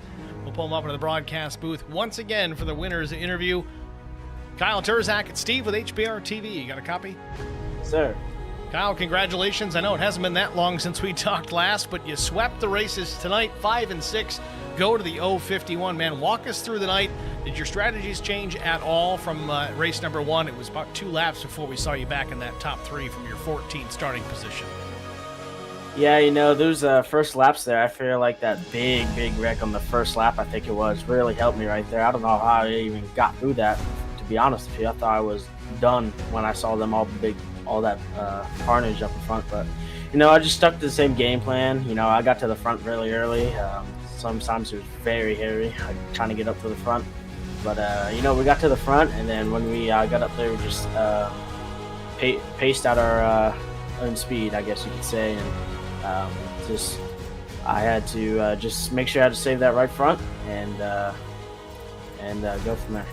Clean air is certainly very important, even at these smaller tracks. Maybe it's just the clear view out the windshields. All you're dealing with is lap traffic at that point. But once you get through the field, what changes as far as your strategies, maybe even your driving style, between the difference of going through the field in traffic versus being out front? Yeah, you know, these guys are all good group of guys to race against. You know, I'm learning off of them, and they're learning off of me. And some stuff I'm actually like surprised over them. Like, who has a clutch binded to the wheel button? Who does that? It's just genius to me. But you know, we that's a learning curve for me because I'm racing against the NASCAR guys, and they're racing against me. So it's a learning curve for both of us, and it seems like they're getting faster every week. And you know, the driving style does change a little bit. You know, you have to like, let me think of the right word here. You have to just predict where everyone is going to be and what to do in that moment, because these guys are just, like I said, they're a good group of guys, and when you get behind them, they have different driver styles, and you just have to get used to it. So with that said, we roll into Bristol Motor Speedway next week. Certainly going to be a very different driving style compared to Southern National. High banked, half mile. I've got half a mind to think that you guys might be, if not wide open, close to wide open around that place. Have you gotten any laps in this late model stock at Bristol? Yeah, officials went there a couple times, and with the open setup, we were barely lifting and getting straight back to the throttle, and the top came in, but when it came in, this you can't pass, so it seems like you're gonna have to start up front there. Well, we're looking forward to it. That's kind of been the trend this season, is start up front, finish up front. Kyle, congratulations on the race wins, 2 of them here this evening. Who do you want to thank before we let you go? Yeah, I just want to thank you for streaming, all the league sponsors, Chris for putting this up, ZM7 Shop for everything they do, my family, whoever's watching, hello, back at home. Yeah. All right, Kyle. Well, thanks for talking to us, man. Good luck next week at Bristol. Thank you. It's Kyle Turzak, your race winner here from Southern National. Next, we're going to talk to Brian McCann, your runner-up. Had a tough go of it in race number 1, out of it very early, but came back, put some laps in, albeit maybe a live practice per se for Brian McCann, but it worked out for him here, a runner-up finish in the second race of the evening. Brian, it's Steve in the booth. You got me? Hey, Steve. Brian, congratulations, man. Good recovery, great way to come back from that first race. First of all, let's walk through that. Obviously, you had an incident on the track. You ended up on your lid, so you got the car fixed and went back out there to turn some laps. Was it more about trying to improve your finishing position for the qualifying order in race 2, or was it just a matter of trying to learn something to see if you can apply it later on? No, that first race where I flipped over in reverse, that was quite embarrassing, first off. But no, after that, I was just turning laps, trying to get to that 15th position. That way, I could invert the lead on this one. That would have been real nice, but I only got to like 18th or something. So I had to start way back in the field on this one, and pretty much got lucky on this race. Dodged all the big wrecks. A couple of them happened in front of me, squeezed through, and then eventually got up to Brandon and then second place. But I didn't have anything for Kyle, man. Off those restarts, there was a couple times I was on the outside, but I just did not have the right front tire to try to pull him on the outside. Well, the restart certainly made it interesting. Yeah, it seems like, though, you burned up your bad luck in race number 1, and it came back to help you here in this second race. Hopefully that carries on to Bristol Motor Speedway next week. We asked Kyle the same thing. Ironically enough, another one of our leagues is running these same cars at Bristol this coming Wednesday, so might be a good idea to watch some film to see how that one plays out. But my question for Kyle, and I'll ask you the same, was do you expect to be full throttle throughout this race next week, at least on fresh tires? I haven't practiced. I would imagine just from filling this car on these other tracks here, it's probably going to be really close to wide open most of the time at Bristol. But my assumption is it's going to be right front limited. So, maybe it'll eventually wear out to where you'll have to lift a little. Well, we'll have to see how that one plays out. Brian, again, a nice run here tonight, coming home in that second position. You guys got rid of Aaron Smith this season, but you brought another guy in that's just as fast. Maybe we should bring Aaron back and see what he can do with Kyle. Yeah, man, that'd be some good racing, good Aaron in here. And yeah. Brian McCann certainly not looking forward to that. If that ends up being the case, he doesn't want to have to deal with Aaron Smith. I don't think anybody else does either. But with that said, Brian, an awesome run here tonight. You certainly, I don't know, I think it's just a matter of time. You may have something for Kyle Turzak before this season is out. You're right there every single week, barring any bad luck. But, man, it's a strong run here in this second race. Great recovery. Congratulations, man. Thank you. Yeah, I got one pass on him, so I still hold that one pretty high. One time I did it, so hopefully I can do it again. You can do it once, you can do it again. It's like dodging a wrench, you can dodge a ball. Same thing. Exactly. Brian, congratulations, man. Who do you want to thank before we let you go? My family, you doing the broadcast, amazing broadcast. League admins for putting this show on, our sponsors that help out behind the scenes as well. Our race control, he's got work cut out for him. He's having to look at all those wrecks and everything, make quick decisions. Shout out to him.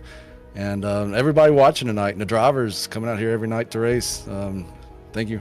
Certainly looking forward to next week. Brian, thanks for talking to us, man. Good luck.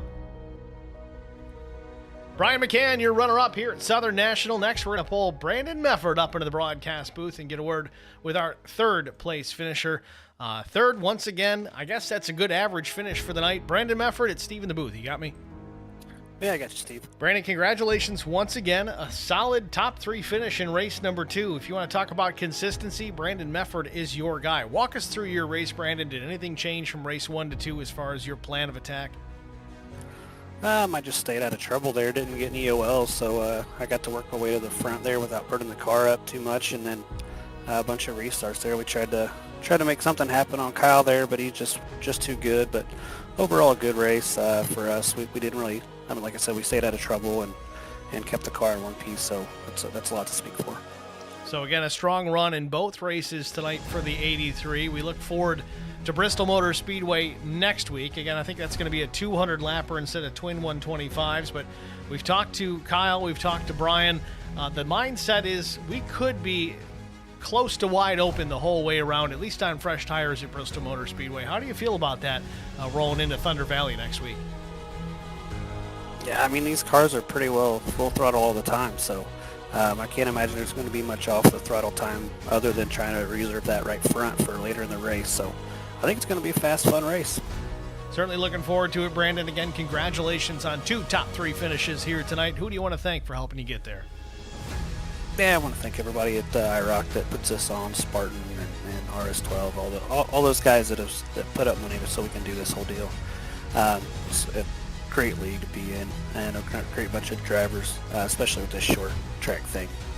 Everybody's struggling to get a grasp on it, and then, it's a little rough out there, so thanks to all the drivers in the league. Thanks to you for the broadcast.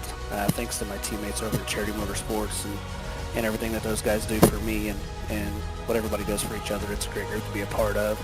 And then thanks to my family for allowing me to do this on Monday nights and letting me get away from real life. All right, Brandon. Well, thanks for talking to us, man. Good luck next week at Bristol. Thanks, Steve.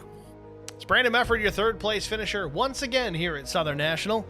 And I don't know. I think Brandon's almost trying to. I don't want to say he's making excuses, but he's downplaying the racing as far as these short tracks are concerned. Yes, there's been some chaos. Yes, there has been some caution fest races. Absolutely. But if you guys have watched every single race to this point, 6 races in, you can all see the improvement that this field has made over the course of the last 6 races. It's gotten better. The racing has been more aggressive, but more entertaining. There's been less incidents this race. The second race, at least tonight, was a little rough, but it's been better, and it's just going to keep getting better. I've been really excited and really impressed with the level of talent that this field has. So that's only going to get better as the season continues on. With that, let's take a look at our race results. Of course, we talked to our top 3 already: Kyle Turzak, Brian McCann, and Brandon Mefford. Neil Quick was 4th. Troy Radford came home in the 5th spot. Brian Rose missed that top 5, finishes 6th. Tyler Hilton was 7th. Josh Stewart was 8th. Nuke Quick finished in the 9th spot. Garrett Johnston was 10th. Chris Mefford 11th. Adam Benefill was in the 12th spot in that number 9. Steve Durbin finished 13th. Clint Walker was 14th. Chris Wally 15th. Zachary Cleek was 16th. Mike Cook comes home in the 17th spot. 18th was Larry Bruner. Doug Wysocki 19th. Josh Funkhauser finishes in the 20th spot. Matt Kopp 21st. Trevor Quick 22nd. Todd Cleek was 23rd. Timmy Schofield finishes 24th, 119 laps down out of this one very early for the 12. A tough break for old Timmy Schofield. That's going to wrap it up for us here at HBR TV. Thank you guys all for tuning in. Thank you guys jumping in the stream chat, the few of you that did. Let's work on that, guys. Come on. Let's make this more fun. Let's chat it up. I've got both of them up here, HBR TV and IROC TV. I can talk to both of you guys. We can get you all involved in the broadcast. That's just a fun part of doing this. So feel free. Don't be shy. I don't bite unless you want me to. And even then, it's still kind of weird. But with that said, congratulations, Kyle Turzak, on the race win here. Race 5, race 6. Sweep in the evening in the 051. Thanks for watching, folks. Tune in next week. Same time, same channel, HBRTV1.com. Click the live tab, and you can find all the races there on that particular day. We'll see you next week at Bristol. Thanks for watching, everybody. Have a good night.